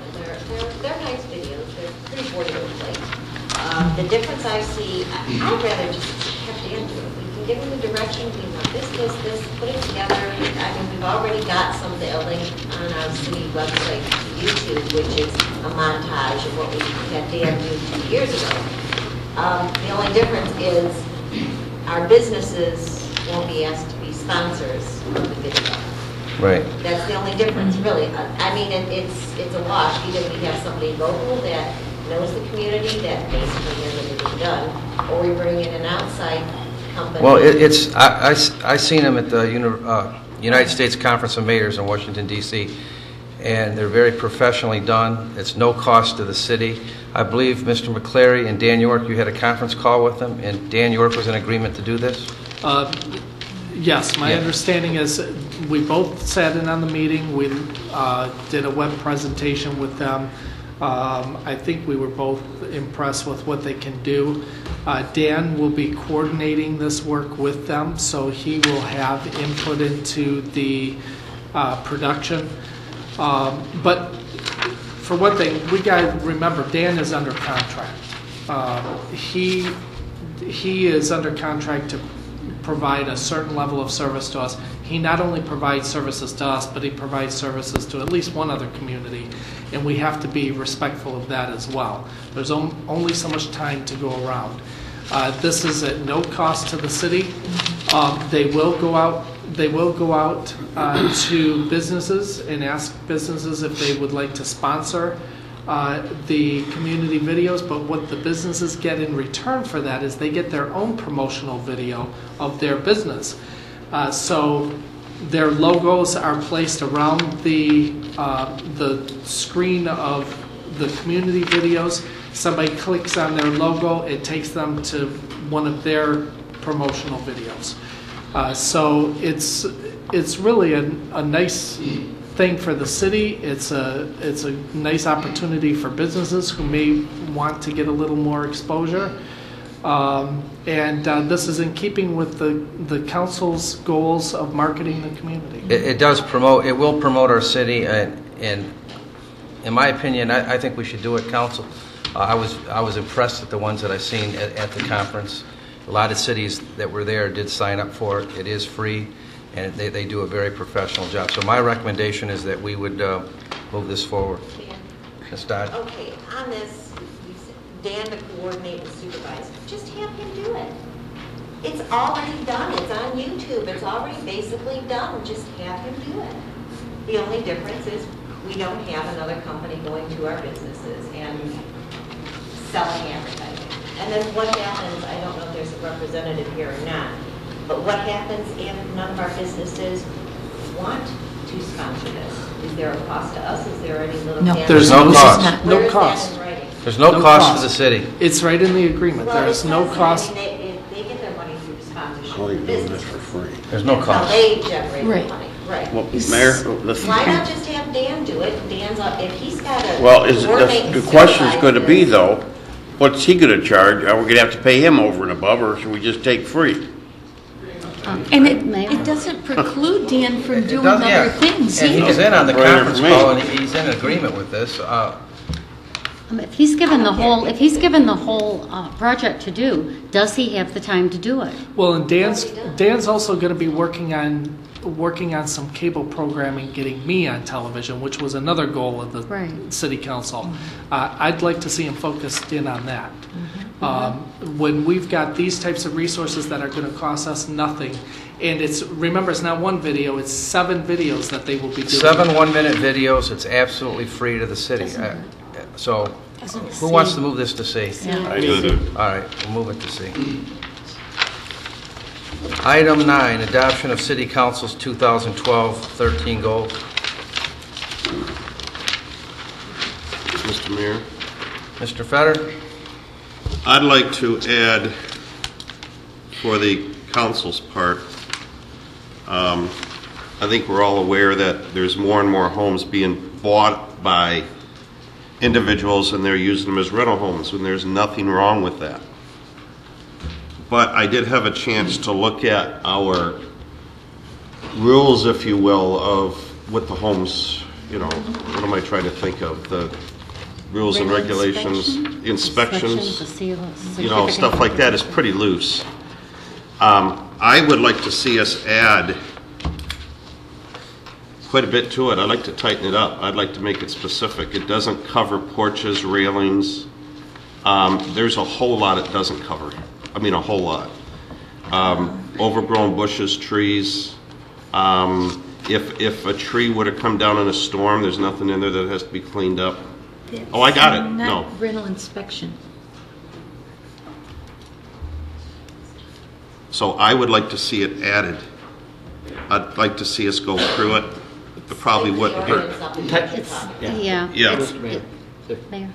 If I could, Mr. Corey. what you're asking for is basically tighten the ordinance up with regard to rental homes within our city. Well, the problem with rental homes is, as you may or may not know, if someone buys a rental home, it normally is not kept to the same level as someone who bought the home and lives there. Okay, it just doesn't make sense. It's being bought as an investment. Now, I'm not saying, we have plenty of landlords that do a good job. They'll have the lawn cut, the leaves right, things like that. But it's not that extra oomph we need. If we're going to change our neighborhoods and get people to buy and all these sort of things, there's many things that go into that. And I think this is a big portion of it. We need to fine-tune what the people who own rental homes in our city have to achieve with their homes. Huh? Apartments, homes, condos. But that'll include homeowners as well. That's because fine. That's fine. You're going to tell me how big my bush is going to be? No, I said overgrown. What is overgrown? What's overgrown to one person may not be to another. Well, that's what we need to discuss. Well, I believe we have something already Yeah. as far as the good of the public. A bush or a tree at the corner can only be so high. Right. So you don't have an accident coming up to the corner. Are you talking more than that, or I'm not sure? Well, on our ordinance right now, your house passes even though it would not have front steps to the porch. No. No, you have doesn't. you No, it gotta have I had it access. in my hand. He emailed it to me. The rental inspection ordinance. The rental inspection ordinance. No, they No, have to be they gotta- 7 1/4 to 7.5 inches. The rise. You can't. The code says that you will not step more than that. Yep. Right. If it's 8 inches, Well, it's out of whack. I still think we need to add it and go over it. I don't.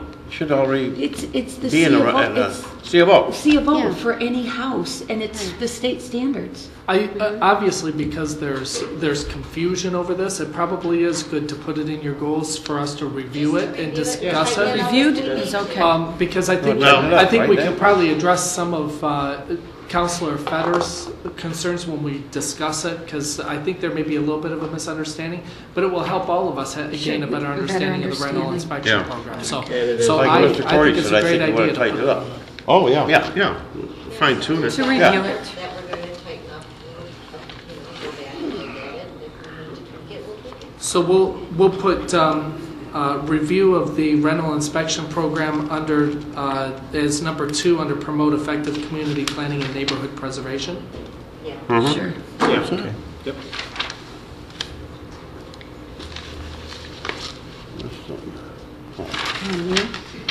Ms. Squires? I think some of these things need a timeline also to complete. To evaluate the feasibility and cost effectiveness of constructing the detention facilities. I've heard that the detention facilities for the longest time. And if that is going to be one of our goals or objectives, we need a timeline to make sure that it's done by. But it's time next year, because it's going to be a process. That's a huge We're working process. years, Yep. And it's not to say that It's mainly from the what we're county. talking about can even be done. We don't know. Um, The retention basin, the big one, that's what we've been talking about for years, and the government's kind of given us a timeline. but, And they still don't have the specs on that one yet. and the timeline on the comprehensive marketing program, just some kind of timeline so we don't drag it out every meeting. And maybe right before the end of everybody's term, then it gets done or it's passed to the next council. Well, marketing is something that's ongoing. Right. It could be the video, that's one thing, and then it could be a mailing. That's something that I would hope is weekly, daily. Right, by no, everyone. but- So that I don't know if you could put and date on it, because you always want to market it. And No, who's I going to be in understand. charge of it, though? Yeah. That's what we need to talk about. I mean, but there are people that, in the community that I'm sure would like to volunteer. And I know one of the best marketing tools is word of mouth. And if we can somehow, I think one of the most important things we need to do is to continually work on building the trust of the public. That's definitely. Because, no, that you don't need a timeline on. But, that constantly needs to be done. I mean, they've lost all the faith in our city, in the council. To me, that's a top priority, a top goal that should be. Could I suggest to address your concern, rather than maybe putting specific dates on each one, maybe we make a point of addressing your goals on a quarterly basis and reviewing them? That would be fine. And see how we're making progress on each of these on a quarterly I like that basis, and idea. I'll plug it in. That would be Quarterly great. review. I like that idea. That would be great. Any more on council goals? Or what do we want to do with this? Leave it to B, move it to C? No, see. C? Yeah. Okay. We've talked about it enough. Let's Okay. move to C. Item 10, adoption of city managers 2012-13 goals, which we've had. See? Yep. C? Okay. Item 11, annual CDBG and home application to Wayne County for 2012 funding. I believe that's $168,000. And grant funding for Garden City. You guys want- Mayor, one question on this, and this is going to be for administration. Actually, I think our allocation, after we back out the money that we're looking at, coming back into our liens, and we back out the countywide, we're at about $130,000. Does this take in account the cuts that HUD has given to the Wayne County allocation? Sarah's shaking her head now. So, we're looking at what, another 60%? Actually, I think the county estimated it really about 25, okay. So they haven't given us our allocation for this year, but we know it's going to be decreased. So shouldn't we give them a budget on the decrease versus what our allocation was last year? Sarah? Thank you. The county instructed us to have our public hearing notices reflect what the current MERS allocation is, which is what this 168,000 you see is. But for your next meeting, I could do a proposed budget that would show where we would like to put our project priorities if it is decreased. And the application itself would reflect that. There's a section in the application that asks what your priorities are, and if the funding is decreased, which line item do you want it taken out of? So I don't know if that ran around. It's either that or once the allocation is given to us at the 25% decrease, we're going to have to go through this process all over again because we have to amend it. Well, basically, what we're doing here is creating the activities. Right, so, right. You know, the line items could stay the same. 25% though, it might take a full line item out of there. That's a lot. And we don't get that much to begin with.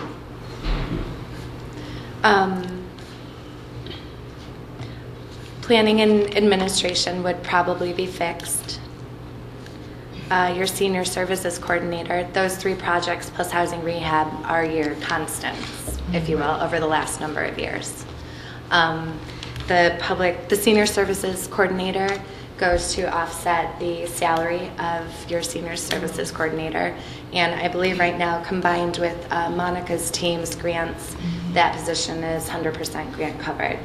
I presume that is somewhat fixed in that you would want to keep that salary on the program. We would most likely cut the architectural barriers for the city curb ramps. Correct. That's where we would reduce it. Correct. Because that's the most discretionary. Right. Yeah.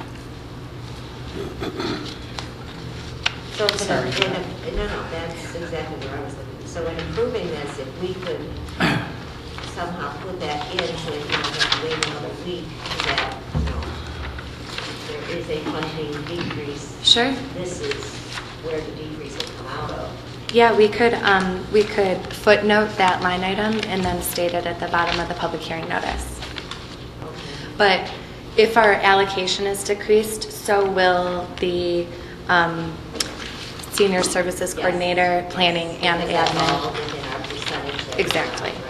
So, we could also add that in a separate footnote, that it would be proportionally reduced to a maximum of 10% for planning and admin each, and 15% for senior services coordinator. Okay, I'll do that. Move it to C, Council? C. Yeah. Okay. Okay, moving to the C agenda. Item C4, Wayne County donor funding contract extension. Mayor? Ms. Lynch? I move to authorize the submission of the letter of intent to Wayne County Department of Children and Family Services to request an extension of contract 090470A for 2 additional years. Support. Support from Councilmember Cordy. Discussion from council. Yep. From the general public. Ms. Bettis? Councilmember Lynch. Aye. Councilmember Cordy. Aye. Councilmember Dodge. Aye. Councilmember Fetter. Aye. Councilmember Kerwin. Aye. Councilmember Squires. Aye. Mayor Walker. Aye. Item C5, acceptance of the grant for the fire truck. So moved. Moved by Councilmember Kerwin, supported by Councilmember Lynch. This is a $315,000 grant from Homeland Security to purchase a fire truck, and Garden City has a $35,000 match, and we've already gotten a donation from one of our business owners of $6,000. So right now we're looking at only $29,000. Is that correct? I just wanted to inform the public. Okay. Any further discussion from council? And that is coming from what? The 29,000 would be coming from what fund?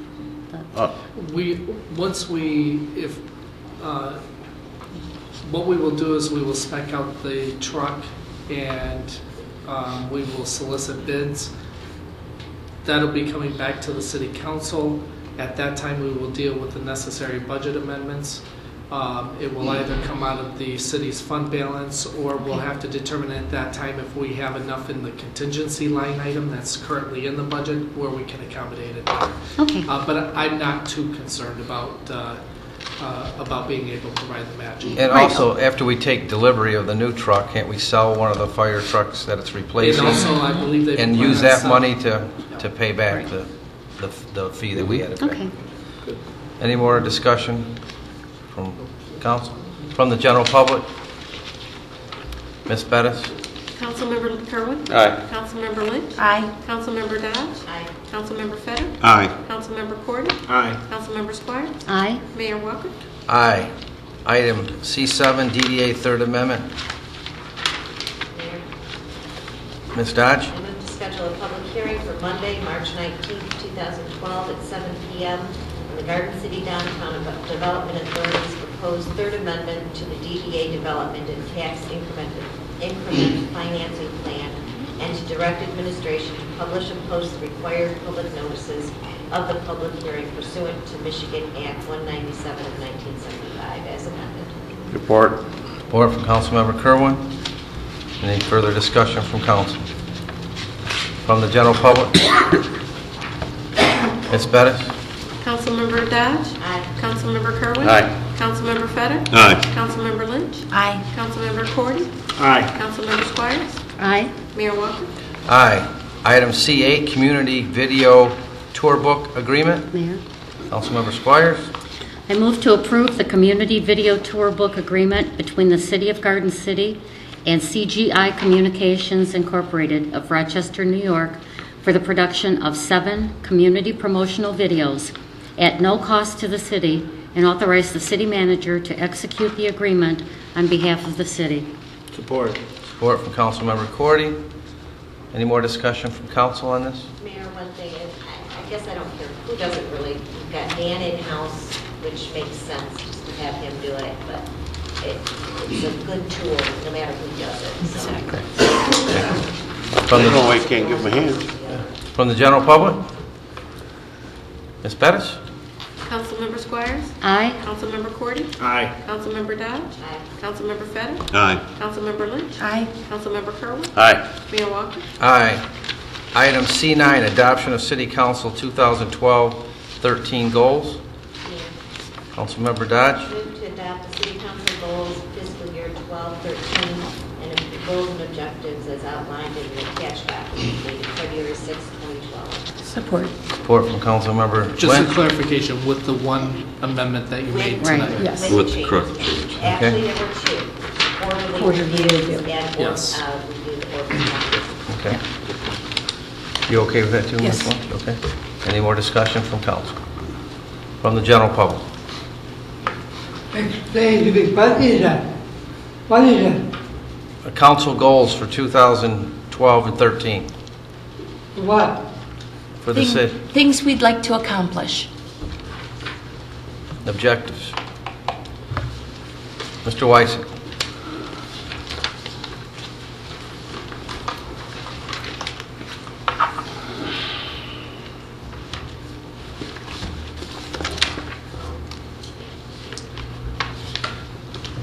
The council has made a proposal and is going to consider tonight what basically will be the framework for the activities that will take place in the near future.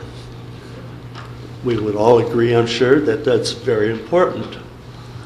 We all want to see the city succeed.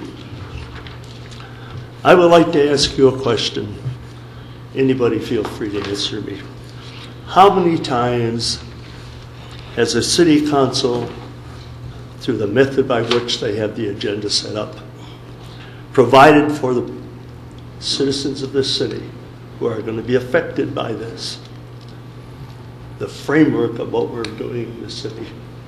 How many times have they been allowed to participate in any discussions? Any? 1? 2? I don't hear any answer. Mr. Weissig, the residents of this city elected this body to make the decisions for this city. They elected we're, you to we're make making all the those decisions. Okay. Now, I'm sure. So you say none, and you feel very comfortable with that. They put their trust in us when they elected us, and We're making decisions. I hope you don't take all my time now. Go ahead. You're not giving you're making the decision without the input of your people within the city. You had the good sense to call for a public discussion on the millage. The way you have it set up, you haven't given the people even an opportunity to discuss that until it was brought to your attention that the millions of dollars that they're going to have to be asked to pay for, you haven't given them a chance on that. You're correcting it, but why would you have to even correct that? You should be holding meetings that give the people an idea. You don't have 26,000 people that don't know anything out there. You want to trust yourselves to make a decision without any input from the people. Don't you think they have good ideas? Don't you think they're Mr. smart? Wysick, you asked for some comment. This is city council goals and objectives. This is our goals and our objectives for the next year. Okay? But in all it's the respect to framework you, by which... In all respect to you, we don't have time to listen to 26,000 residents. They've elected us to be their voice. Okay? And I mean that in all due respect. No. You got to let us do our job. You've elected us. Let us do our job. You're going to make all decisions without any input from the city. Without any input from the city. You must be the only one in the United States that would make a statement like that, Mr. Mayor. I guess I am. You're the only one that would tell the people, we don't need your input. I didn't say that. Don't put words in my mouth. That's what you're saying. No. I said we were elected by the people. Okay? Isn't it correct we're having a meeting basically next week, I think? Next Monday. Okay. For the citizens. For millage. Input. For the millage. That's all. Right. How about when you set this study sessions up, you know you don't allow the people a chance to talk. You don't. On any of these items. We trust you. Why don't you trust us to give us input? I bet every one of you, when you ran for office, you want to use unity. I've heard that word a lot of times. Unity, we want to work with the people. We want to work with the people. We want to keep in good communication with the people. You want to be able to discuss these things with them, and then you come up with an agenda item. And number one, don't allow you to speak unless you come to place a vote. How many of you come here without knowing what and how you're going to vote on some items after all the discussion you've had? And what good does it do when somebody comes up here while you're going to vote in the next 30 seconds or a minute? How can that affect you or give you some knowledge that might help you vote? You can't, and you don't get it. You are keeping your commitment that you made when you ran for office and took the oath of office. You then, not only that, you compound that by placing public comments, and I said that before, last on the agenda, because Mayor, you said the people will have to sit through the meetings, no matter how long it takes. The gripers, the people who come up here to the microphone, the mayor says, we're gripers. I did not call people to come up to all people to come up to the podium gripers. I You said a lot of times they come up and set the tone for a negative tone at the beginning of the meeting, and it sets the tone for the whole meeting. In the paper, Mayor, the word was that you said that the gripers will have to sit. Paper doesn't always get it right either. Oh, the papers I'm going to have to ask you to sit down here at 6 minutes. I gave you an extra minute because I interrupted you a few times. I'm talking Okay, your time is up. item on number 8. Your time's up. Okay. Anybody else from the public? Now, this is item number 8. Is that correct, sir? No. No. No, number 9. This is number 9. Okay, I'll be up to talk on 10. That's fine. Mr. Wallace? Clay Wallace in Garden City. Are you going to share this information with the public That's what I wanted. on this? You know, your goals, how they met, and Go ahead the and read good it, of it? Ms. Lynn. Okay, that was my point I had just mentioned to the mayor. Maybe we need to read this out loud again so that people understand what it is we're voting on. This is City Council goals and objectives. These are things that we want to accomplish. We want to review the list of city vendors from the previous year and amounts expended with each and seek cost reductions from each vendor. We want to review competitive vendor contracts 1 year to 16 months in advance of their expiration to determine necessary changes, prepare bid specifications, and establish new contracts in a timely manner. We want to reestablish the practice of receiving and reviewing city attorney billing statements. We want to set dates for certain actions on items listed in the City Council study session agenda. To establish a practice of receiving all board and commission meeting minutes for council review and information either through the city manager reports or through council meeting agenda packets. We want to evaluate the feasibility and cost effectiveness of constructing and maintaining storm sewer detention facilities in flood-prone areas of the city. We want to review the rental inspection program, and we want to establish a comprehensive community marketing program to attract new businesses to the community and to attract new families to residential neighborhoods, and we'd like to do this with a quarterly review. This is what we're voting on. These are actions the council wants to see through during the next year. I understand that, but is the public going to be aware of what you have accomplished? That's what I want to. I want to know. I'm paying taxes in Garden City. I'm a citizen. Okay, we can only do this through the table. We cannot have closed meetings behind closed doors.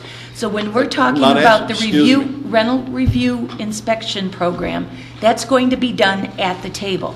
You're going to hear us discussing it at the table. When it comes to receiving board and commission minutes, you're not going to see that because they're just going to give us copies of minutes.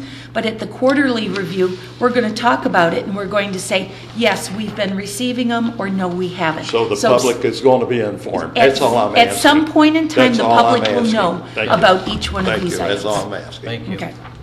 Anybody else from the public? Ms. Bettis? Councilmember Dodge. Aye. Councilmember Lynn. Aye. Councilmember Fetter. Aye. Councilmember Kerwin. Aye. Councilmember Cordy. Aye. Councilmember Squires. Aye. Mayor Walker. Aye. Item C10, adoption of city manager's 2012-13 goals. Council? Ms. Squires? I move to adopt the city manager's fiscal year 2012 to 2013 goals and objectives as outlined in the attached document dated Friday, February 6th, 2012. Support.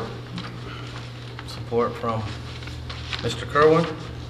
Discussion from council. Mayor, one thing. Ms. Dodge. Under his goals and objectives, we've added to, there's a couple strikeouts. One of them, I don't mind being struck out because it's something that we've already received.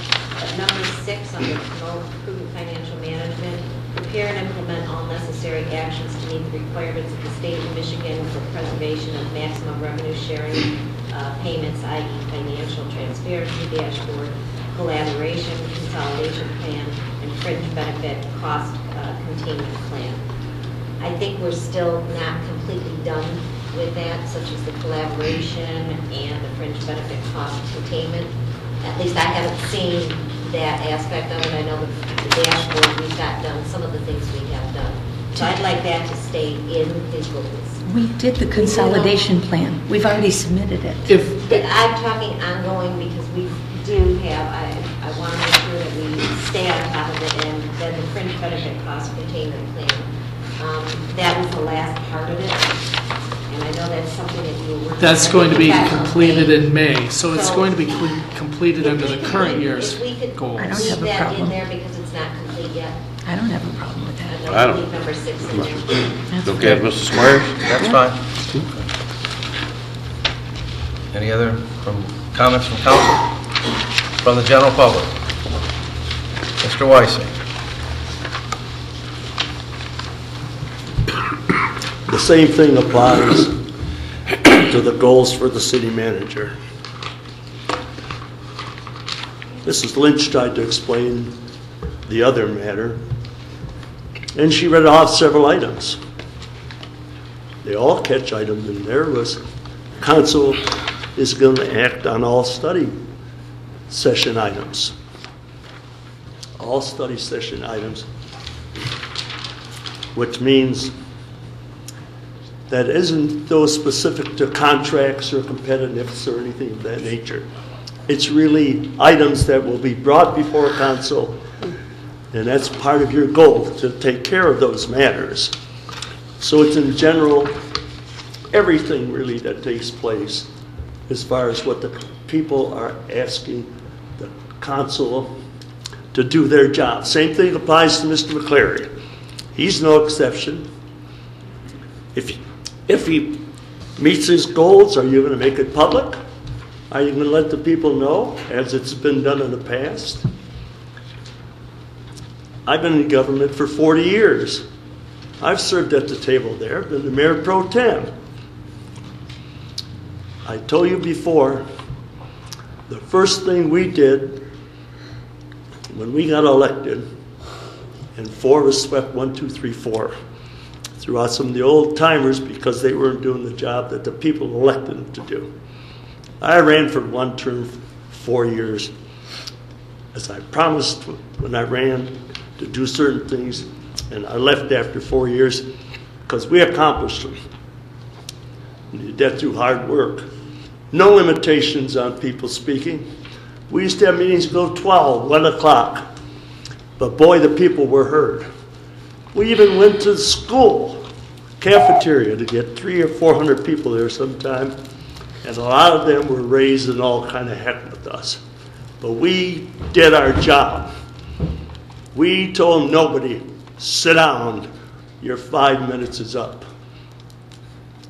We never did that, and you shouldn't do it too. And I don't care what Westland does or Dearborn Heights or anything of that nature, because you pick on all the bad things those cities do as an example, and then when there's good things you say, well, we're not Westland or we're not Dearborn Heights, we can't do that.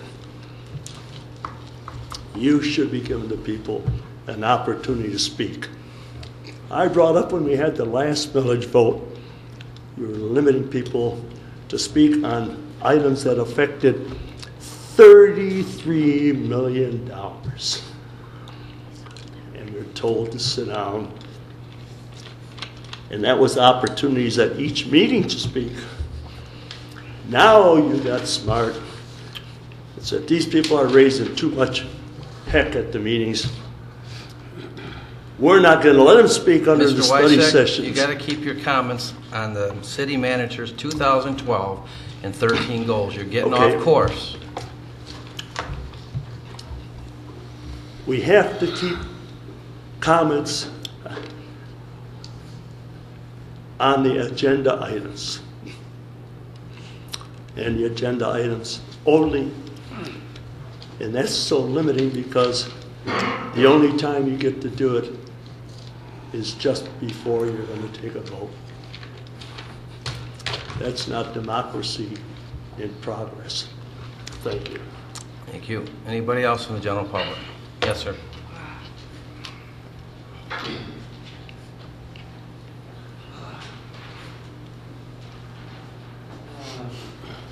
Jerry Poole, 2815 block. I just point of information. Maybe it's on the internet, maybe it's somewhere. These goals from the city manager, are they available to me to look and say, oh, these are his goals, this is what he's setting? Yes. Are they? Yeah. I place my goals on the administration webpage. It's on the webpage? Yes. Yep.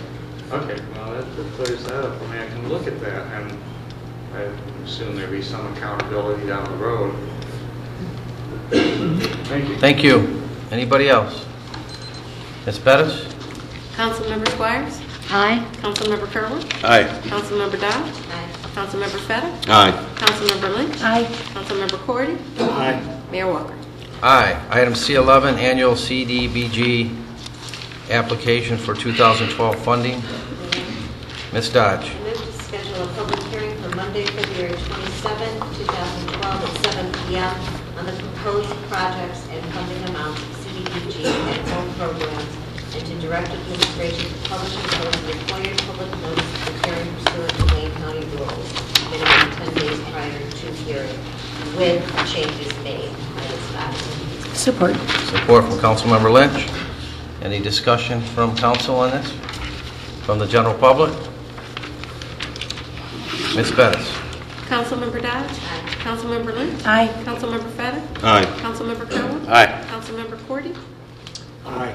Councilmember Squires? Aye. Mayor Walker? Aye. Okay, moving on to our public comments for items that were not on the agenda. I am going to hold to our council rules. If it's on the agenda tonight, you cannot speak about it. So anybody wishing to speak on items that are not on the agenda, please come to the podium and state your name. There is a 5-minute time limit. Yes, sir.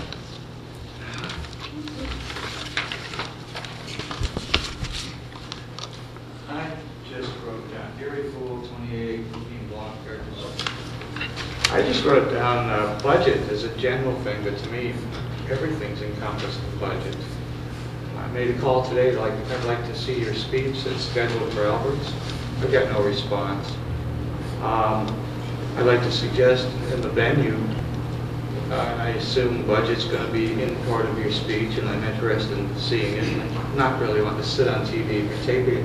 We have resources. I pay school taxes. We have a beautiful auditorium in Garden City. I don't know why the venues are always limited in seating when maybe 200, 300, or 400 people want to come. I could do without the continental breakfast. But that's just one concern I have when I'm trying to get answers. To refocus, by the way, welcome to the new congressman, councilman. I brought up an issue before, and I'd like to have an evening or a meeting where we just discuss budget in general and get people's ideas. I suggested months ago that I really have the concern that we don't need 6 council representatives, if we could save some money by cutting at least 1 or 2. No one has shared with me if there's a process. Do I have to get up a, what do you call it when everyone signs it? Petition, signature. Do I have to get a petition to make a change? Is it just a stock answer of, well, that's the way it is, we got 6 council members and the mayor? It's in the city charter, and you'd have to get signatures, get it placed on the ballot at election, and the residents of this city would have to vote to change that. Okay, so who do I see to get the petition? You have to come up with a petition. It's not something that's provided to you. All right, I'll see my lawyer. I just want to say to the new people, welcome, and I really think in the past too many council members have tried putting a square peg into a round hole, put in a ton of effort to do so to no avail. I'm looking for new and creative ideas, especially in the budget concerns. I made cuts in my own household months ago, similar to the city making cuts. I'm not like, now I'm going to restore everything that I cut back on. I don't see, I don't know where I want to go with that, but I don't think, well, if I could use the sidewalk example, I'm not talking about sidewalks. I see decisions made here, budgetary decisions, that don't give us a whole picture. I mean, I have a house, I have a sidewalk. I've got to keep that sidewalk in a certain situation, and also the city needs to make sure that I do, even as a teamwork, because the city has liability. I can't walk to the west street, west of my house. Sidewalk ends. And there's several places like that. There's houses that have no sidewalks, they have lawn. So when do I opt out of this thing? If my sidewalk crumbles, maybe I want to tear it out and leave lawn. How do I get these special exemptions? Are you telling me that my sidewalk and somebody... Sir, that was on the agenda tonight. If you want to come in and make an appointment, talk to Mr. McCleary. It's a budgetary thing. Well, you're talking about sidewalks. It was on our agenda tonight. This is items that were not on the agenda. I'm just saying budget as an example.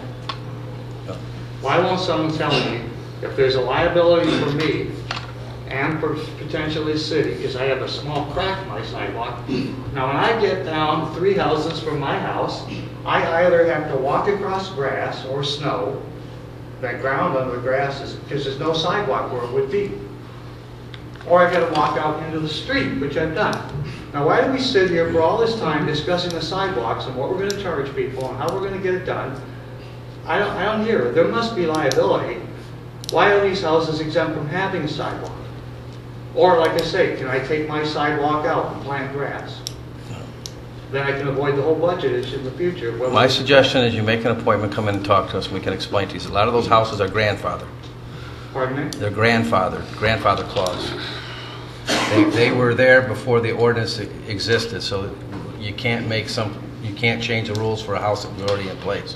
We can make changes for new houses that are built in subdivisions, but a lot of houses in this city, the older houses are grandfathered, and that's why they don't have sidewalks. And is it grandfathered in that when you put in new lighting, you're only going to charge the lots that have houses on it? The light doesn't flow to the lot that's empty? Is that a grandfather clause too? Where's the logic? If we're talking safety for a neighborhood,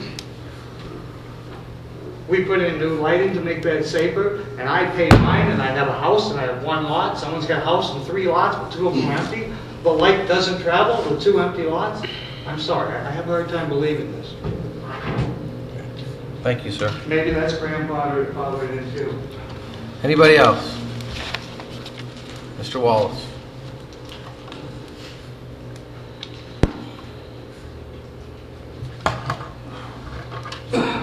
Well, I'll tell you what, I've handed out, talking about this reassessment lights, I've handed out twice to your council that Chapter 4011 is illegal. It nullifies some of the preceding parts of that charter, which has to be voted on by the public. I'm like Mrs. Weisig. I have had legal experience, not only in the state of Michigan, but several other states. I know what charters means, and I know how you can defeat it. But anyway, that's wrong. And the gentleman back there is right. So the Attorney General of Michigan will tell you too. And just in case somebody didn't understand what I said last week, they might have fell asleep, like when Mr. Councilman Kerwin was talking about the budget, and somebody whispered over in Mike, "Where's he getting them figures from? Where's he getting the figures from?" And Mrs. Dawson, "Here they are." "Well, where do you get them?" "They were your figures." Oh, he falls asleep half the time. But I'm going to read this out. The overrun for the Midtown drain, there's $26 million. There's for the Midwest Midtown East, $3 million, 1994.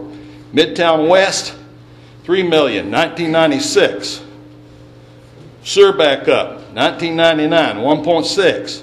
DDA lawsuit, $15 million, 2002. Overruns in Maplewood. I'm getting tired of paying for everybody's mistakes. Taylor just made an announcement. They decided they don't need their DPW man. They gave him a 30-day notice. And Taylor's a heck of a lot bigger than we are. Also, I have problems with email. My email is read, notify. It's certified. And when I send email up here, half of it gets deleted, half of it gets modified. Council, Mayor, I want to know who's in charge of the password, and it's guaranteed by the 4th Amendment of the United States. It's just like somebody with a phone call. Now, if you have someone open your mail and you agree to it, there has to be a disclaimer put on there when these people send email to you that it pops up and says disclaimer. You know, somebody else may be reading your email. That probably is illegal too, but that's a good chance you can get away with it. But you, according to the 4th Amendment, you have to notify the people. They should have their own email. They shouldn't depend on, like a city manager, he don't want somebody to see something. He just goes in there, whoosh, deletes it, okay? I've had read and notify since the 80s. I had access to a lot of blueprints, a lot of CAD programs and everything else, and I still may be accused of giving them to somebody else or something like that, so I protect myself. I can also say, okay, you can't forward this, push, I burn it. But it acts as certified. I also have a digital signature that's legal on my email that comes. But I want to know who has the password to this, who's reading it, who's deleting it, and who's modifying it. I can tell by mine. I can go out there, I pay for it. There's free. It's called Pig Spy. It's free. Anybody can put it on there and you can see who opened your email and when they opened it. But I can tell you how mine was modified, what computer modified it. The IP address may be the same, but I can tell the other computers that didn't. I have a problem with that. That's not right. That is against the law. And you might be doing some time in Sing Sing. It might be good for you, though. You might enjoy it. I'm just upset at what's happening. And then sometimes when my friend here, Dave, gets up here and he talks about the override, the Headley override. That's not the budget. And somebody shakes their head. And then they say, you don't know what you're talking about. But, hey, when I talk back here, I get interrupted. I'm getting to where I'm just screaming it out. Because people can nod their head up and down. That's communication. That's communication. Don't make this guy look bad by shaking your head. No, he don't understand it to yourself. But that's communication. If you're going to be able to do that, then I'm going to be able to yell at you. It's not right. What's fair for the goose is fair for the gander.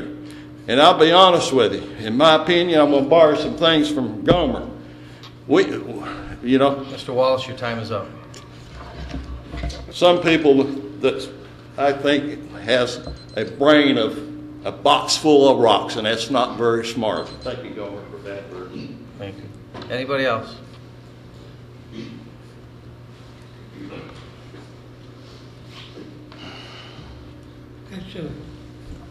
Mr. Manager, when's the light bill coming? Light bill. When do you pick the bill? The light bill. Light bill. When are you going to get the bill? Probably within the next 30 days. Okay. Thank you, Mr. Baco. Yes, sir. I'm Mike Farron, Martin Street, and I own a business on Ford Road. And if none of you, or if any of you didn't see yesterday's Observer, please read the front page. And I'm not talking about the mayor's lame speech about the state of the city. I'm talking about the great article that was on there by one of the great journalists of our time, Sue Buck. Thank you, Sue. I am not here to ask you people to come in and buy eyeglasses from me. I am here to ask you to come in and meet the new Garden City ambassadors, Lily, Allie, and Winnie. You don't have to bring them treats. A pat on the head is all I wish, but they come in every day. They're here promoting Garden City, and you are all welcome to stop in and see them anytime. Thank you. Thank you.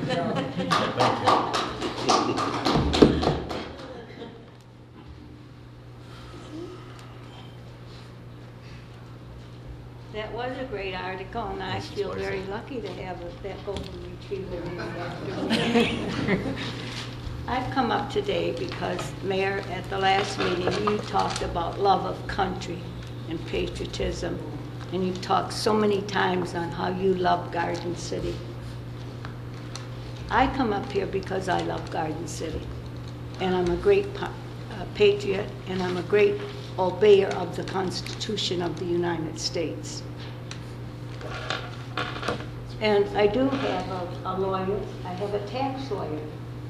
And he graduated from Yale, summa cum laude, Harvard cum laude. He was finalist for a Rhodes Scholar. And I know more about taxes than everybody up there at that table put together. In fact, I caught you, Mrs. Lynch, at the Senior Center, you explaining recaptured taxes to me. Believe me, you did not know what recaptured taxes were. I hope you've learned since then. But I've come up here tonight to talk that because Do you think that these people aren't as good as citizens and love Garden City just as much as you do? Before, we used to have a great group of people coming up here that had great ideas. They tell me, Winnie, don't even bother. They don't listen to a word you say. And they don't come anymore. There was 3 or 4 really smart women that came up here and had good things to say, and which should have been listened to. You know, I've been preaching we should have a grant writer, and now we're writing grants. I'm very proud of that I pushed that quite hard, and now we're getting a fire engine, and Monica has done wonderful work with her grants. And when I appeared before you to inform you of how many city cars are at the Maplewood Center not being used for a very long time, I thought I was showing a way that you could save money. I didn't come up here to gripe. I thought it was a really good idea. Hey, we got 6 cars up there, recreation director's car. We don't have a recreation director anymore. The dog wagon's up there. We send our dogs to Romulus. I thought, wow, you can really save some money doing that. Now, I live right next door to Maplewood Center, and I get up every morning, go to the kitchen, look out the window, watch the squirrels running around the park, start making my coffee, look out my window, and those cars haven't moved for 6 months. Not one. Now, and I was ashamed, thought, well, gee, why ain't somebody using them? Give them away. I didn't care what you did with them, but I thought you could put some money in your budget.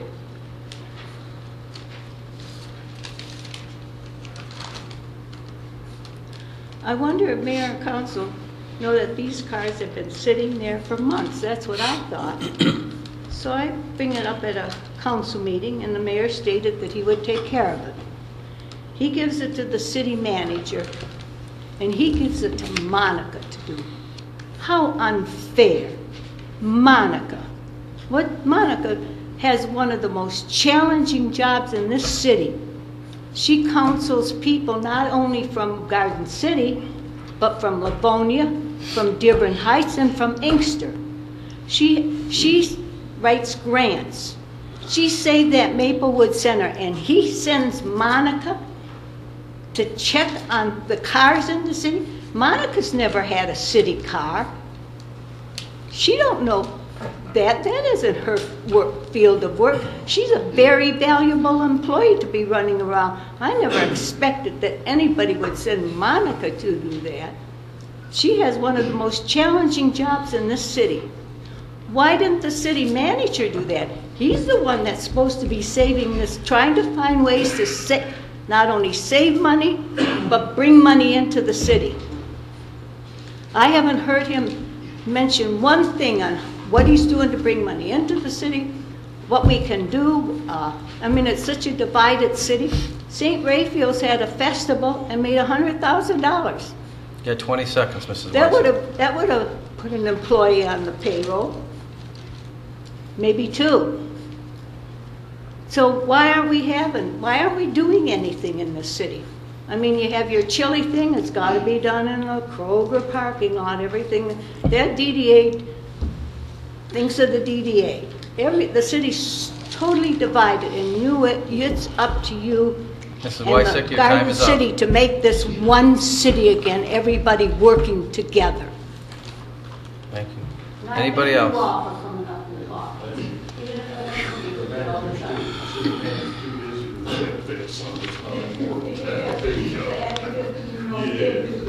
Anybody else from the general public? Oh, boy. We were worried for a minute. And I don't know, I don't have a problem with you guys setting the goals and all that, because if I see you on the street, I'll walk up and tell you my goals right there. I mean, they don't have to wait till a council meeting to do it. There ain't much time here, but if I catch you on the corner, I'll catch you for lunch, I'll catch the city manager out. I feel like I could talk to anybody. I mean, you might not like it, and you might try to run away, but, you know, and I'm old, you might get away, who knows. But I'll catch you later. Anyway, I hear what they say about the street lighting. See, that was a smart move. I don't like it, but at least everybody's paying their fair share. And these sidewalk things, I know it's on again. When you did Helmwood, I had to pay for my own.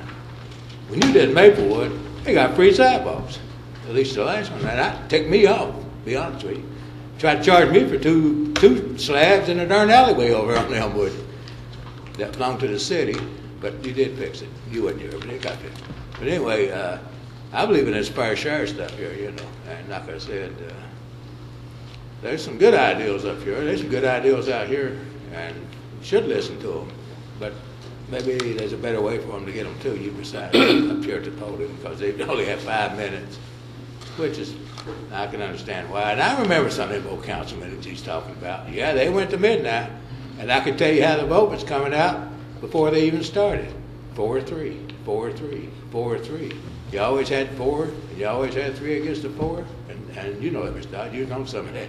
It was always 4-3. Nothing got done, regardless of what he said. Nothing really got done except bickering and fighting for all night long, and 4-3 vote, always. You know that, I know that, you know that, Ms. Lynch. But anyway, and I'm glad you did the other thing. You know what I'm talking about. I don't have to mention it because you know how I felt about that, like I said. And those people, they had their choice on that Maplewood project. I saw the posters. You had it 2 different ways. And then they didn't want it. So anyway, you did me right on that. Because this way I don't have to come here and really chew you out. I'll let you just slide easy in that. Thank you, Mr. Nolan.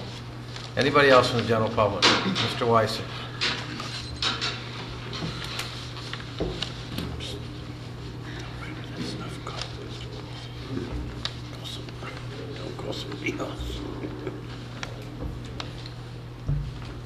I'd like to also congratulate Mrs. Buck on the fine articles that she had in the Observer this week. And Mike, you stole a little bit of my thunder. I did have this started in my comments here, and I brought the paper. The article for Sharon has a picture of the beautiful messengers of good news for the people of this community. And the young people should go there. Your pups are really beautiful, Mike, and you run a great business. So Sue, keep it up. Tell about the great things in the city, and don't be critical of the things that are taking place when people up here to voice their opinion and oftentimes do have some objections to the things that are being said. The other stories in the Observer that Mrs. Buck wrote about was a story about the Westland and Wayne cooperation on recreation programs. The shared free cost, let me change that, the shared costs resident-wise for both cities of the programs that are offered in the city. So if any of you saw that up there at the table, I hope that you will contact the city of Westland, the city of Wayne. We have shared a program with the city of Wayne as far as our personnel at the police department are concerned, and we should certainly make an endeavor to see if we can offer the young people especially, or the people that we have programs that don't exist here now in the city that are gone. This is an opportunity for us and should be explored. Mr. McClary, you should explore the possibility of doing something on a shared basis of a positive nature. I know a lot of time was spent a few months ago on trying to have a shared program library-wise, but that was done with efforts to try to defeat the library millage here in our city. The ulterior purpose there was certainly one that wasn't in the best interest of the city. Another note that at the Recreation Department in Westland, The director there of long standing is a fellow by the name of Bob Kozowski. Bob worked for me for any number of years as he was going to school, and then when he sort of served an internship for a number of years on the programs within the department, and he's doing a heck of a job from all the reports that I have in Westland. One of the other interesting articles was about the old Country Buffet closing at Hunter, which is our Maplewood, and Wayne Road closing after many, many years there. But a thing I noticed in the article was that the city officials of Westland said, we hope to have that building occupied very soon because we are getting many businesses making inquiries about settling in Westland. Isn't that great? Our neighbors doing well. Lots of people being interested in locating there. Wouldn't that be great if we could say the same thing? I hope to have an idea on where we stand when and if we look at next Monday's meeting on the financial shape of the city, especially when it pertains to, so that the people might have some idea to have a discussion, and have discussion well, on where we stand after 7 months of this current fiscal year. You have 30 seconds, Mr. How are Weiss. we doing revenue-wise? Are we meeting expectations? How are we doing cost-wise of spending? Are we meeting expectations? How much money are we going to save in winter because of this mild Christmas and New Year's and the snow not being there? Other matters, don't forget, when you're at the table, when you talk about this assessment, that Mr. Weisick, assessment, your time is up. don't forget the poor people, as it seems to be happening on a national level, the very poor among us. Mr. Jones?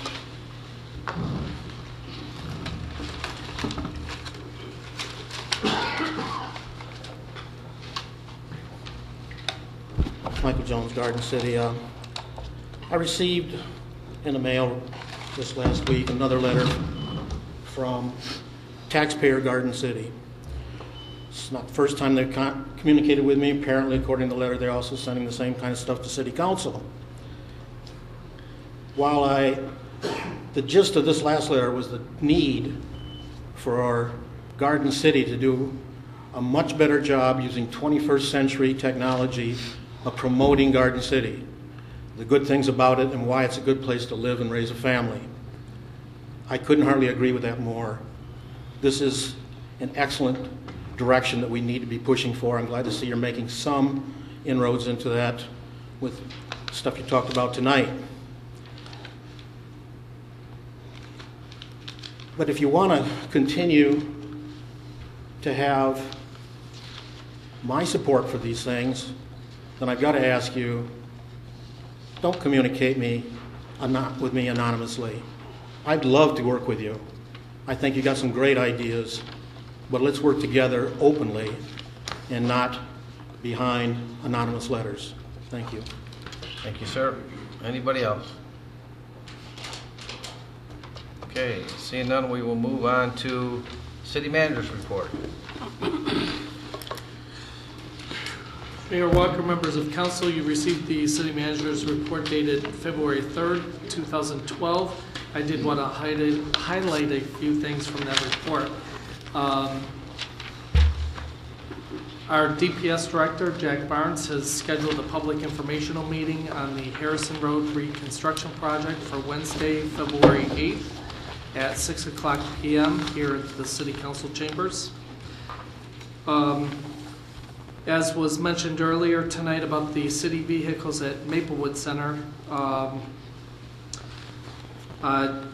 we did look into the comments that were made again at the January 23rd meeting.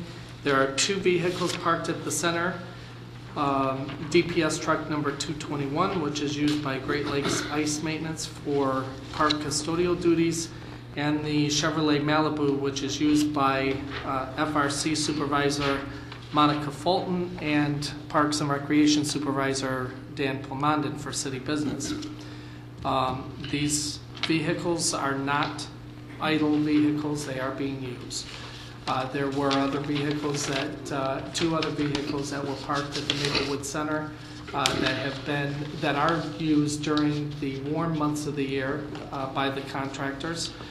They have been moved to the DPS facility for storage during the winter months.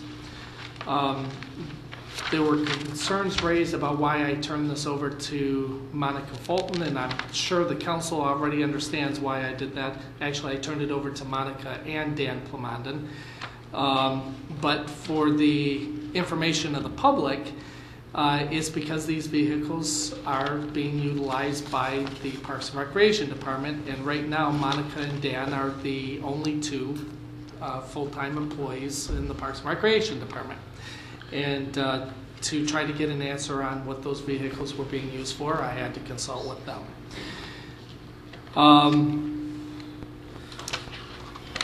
The District Court Consolidation Study Group met on January 27th to review the final draft study report.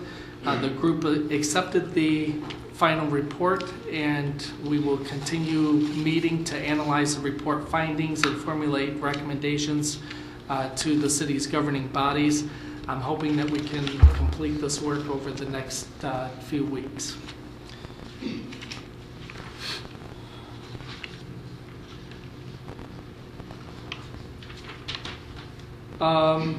Starting today, the Department of Public Services will be continuing their water main exercising program for the water main valves from Ford Road to Cherry Hill Road between Hubbard and Farmington. During this work, residents can expect to experience the possible temporary discoloration of water or a fluctuation in water pressure. If discoloration occurs, residents should let their cold water tap run until the water clears up. Residents adjacent to the project area may also experience these problems. Residents should check the Garden City website at www.gardencitymi.org or the city's cable television community bulletin board channel regularly for updates when the DPS moves this work to new areas of town. The DPS also began cleaning and jetting sanitary sewers on Monday, January 30th in the area of Ford Road to Marquette between Middle Belt and Inkster Roads. During sewer cleaning and jetting work, it is recommended that residents and businesses located within the work areas pour water down sewer traps and drains to prevent gaseous odors, and make sure that all lids on toilets are closed. If residents or businesses have questions or concerns regarding sewer cleaning and jetting work, they can contact the DPS at 793-1800 Monday through Friday from 7:30 a.m. to 4 o'clock p.m., except during the lunch hour of 12:30 to 1:30 p.m.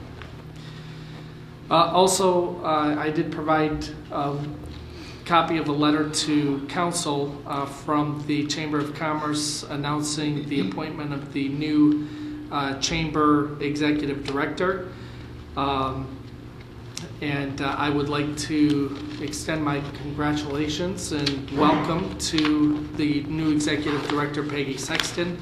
I look forward to working closely with her and looking forward to her being a part of our Economic Development Task Force work. So welcome, Peggy. We look forward to working with you. She's interim right now, yes. And that's all I have, Your Honor. Thank you. Ms. Dodge? First thing is 2 meetings. I keep hearing about this meeting of February 15th. Are we or are we not having one? If we are, what is it being called? It's not a meeting, if you're talking about with the auditors, it's not a meeting, it's just a workshop with the auditors to train the new members and any of the old members that care to attend, as I indicated to you in the email that I sent.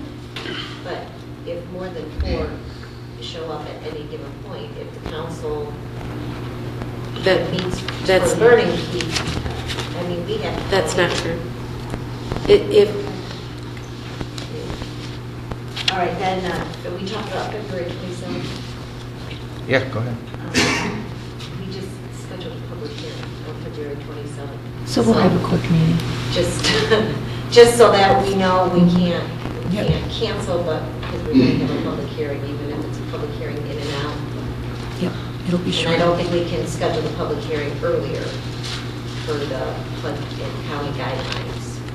I'm not familiar with the HUD and county We guidelines. have to do 10 days posting at least. You have to do a 10-day notice, but I assume that you can schedule it for whatever time you wish, Well, yeah, well, I mean, we're. as long as you do it within 10 days. Right, and I'm not sure when you're going to be posting this. I know she's got a couple adjustments maybe, so I just want council to be aware that we do have a public hearing on the 27th. Well, Mr. Mayor? Yes. Couldn't we just do that one item plus the? In and out. I just In and out. want to Yeah. make sure that we Yeah. don't cancel the meeting considering Right. we've got a public hearing. Okay, then to just reiterate what our fire chief had stated, we do have our firefighters are going to be playing in a benefit hockey game for Mr. Kent Moore and his family on February 17th, 6:30 p.m. at Garden City Ice Arena. So I hope if you can't come, donate to a good cause. I'm sure the fire department would be more than happy to take any donations if you can't make it there.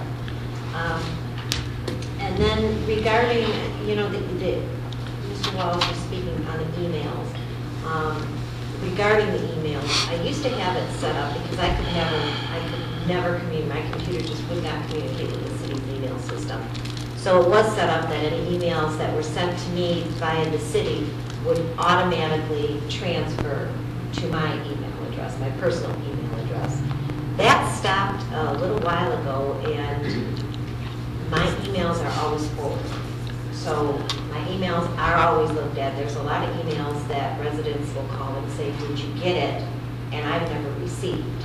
So I don't know if they're lost someplace in forwarding. I don't appreciate somebody, when a resident is communicating with me via email, I don't appreciate somebody reading what that person has sent to me. If they want to share it amongst everybody, that is the sender's choice. If they're sending me a specific email, and it could be a complaint, it could be a compliment, it could just be a thought that they're having. They think they're communicating just with me, and they're not. I've given my personal email out, and that's out there in the public. Those that have it, please feel free to share it with other members of the community. It's what I've used for 17 years while I've been on the council. I really do not appreciate my email that goes through the city site being looked at. To me, that's wrong. I don't have the availability to look at Mr. McClary's emails or Ms. Bettis's emails. I don't like the ability that somebody has going into my email. So I'd like that rectified. And that's all I have. Thank you. Mr. Cordy? Nothing tonight, sir. Ms. Lynn?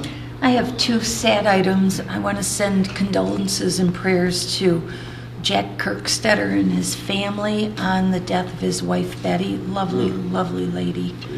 And also the McGraw family on the death of Sheila McGraw Mullins, who also lived in Garden City and has many, many family members here. They both will be sorely missed. And that's all I have. Thank you. Thank you. Ms. Bettis? I don't have anything tonight, Your Honor. Thank you. Thank you. Mr. Kerwin? I don't have much. I just talked to my grandson's uncle, who was the contractor on the 8 Mile, the Farmington skate park. So I guess he's built several of them, and Didn't know it was so close to home, but it's a little bit difficult. He had a crew from several different states, and then another company out of Washington State that actually finished the concrete for him. But I'll talk to Mrs. Webb about that also if it's needed. And that's about all I have. Mr. Fetter? Yes, I'd like to congratulate our own Judge Hammer. It was in the Observer. He's been promoted, if you will, Chief Judge, I believe it was. He's now going to handle Inkster as well as Garden City.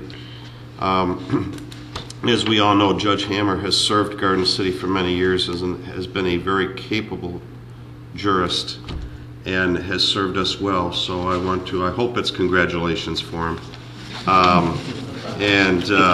I know the people of Inkster will appreciate, because I know he teaches and he's involved. He's got his hands in many things. So, Judge Hammer, congratulations, sir. Chief Harmon, man, what a great job you and your crew have done with this grant we're getting. I had said at one time how we needed our department heads to step up, and you guys have stepped up many times. You're down a whole shift. You have 2 people on disability. You still manage to man every emergency call with a full staff. I don't know how you do it. Sometimes I know you're going on calls and you're filling in for people, so kudos. But I really want to tip my hat to Lieutenant Scott Merkovich. Sorry, Scotty. He's one of the members on your staff who, when after this, found it, applied for it, dotted all the I's, crossed all the T's with some help of some other your staff. I also want to relate just a small story. I happened to be at the fire department a couple of weeks ago, and a person who wanted to buy in Garden City knocked on the door and they invited him in. He wanted to ask about emergency services in our city. He found a home. He was prepared to put a bid on it, but he was concerned about emergency services because other communities have reduced theirs. The captain on duty at that day took him aside and did a very nice job explaining everything to the gentleman. Talked very highly of our services, our city government, our city as a whole, all the services we offer. When the man left, he was going to submit his offer. So to everybody, I never knew we would have anybody do it, but talking to a policeman, we've had people walk in the front of the police department.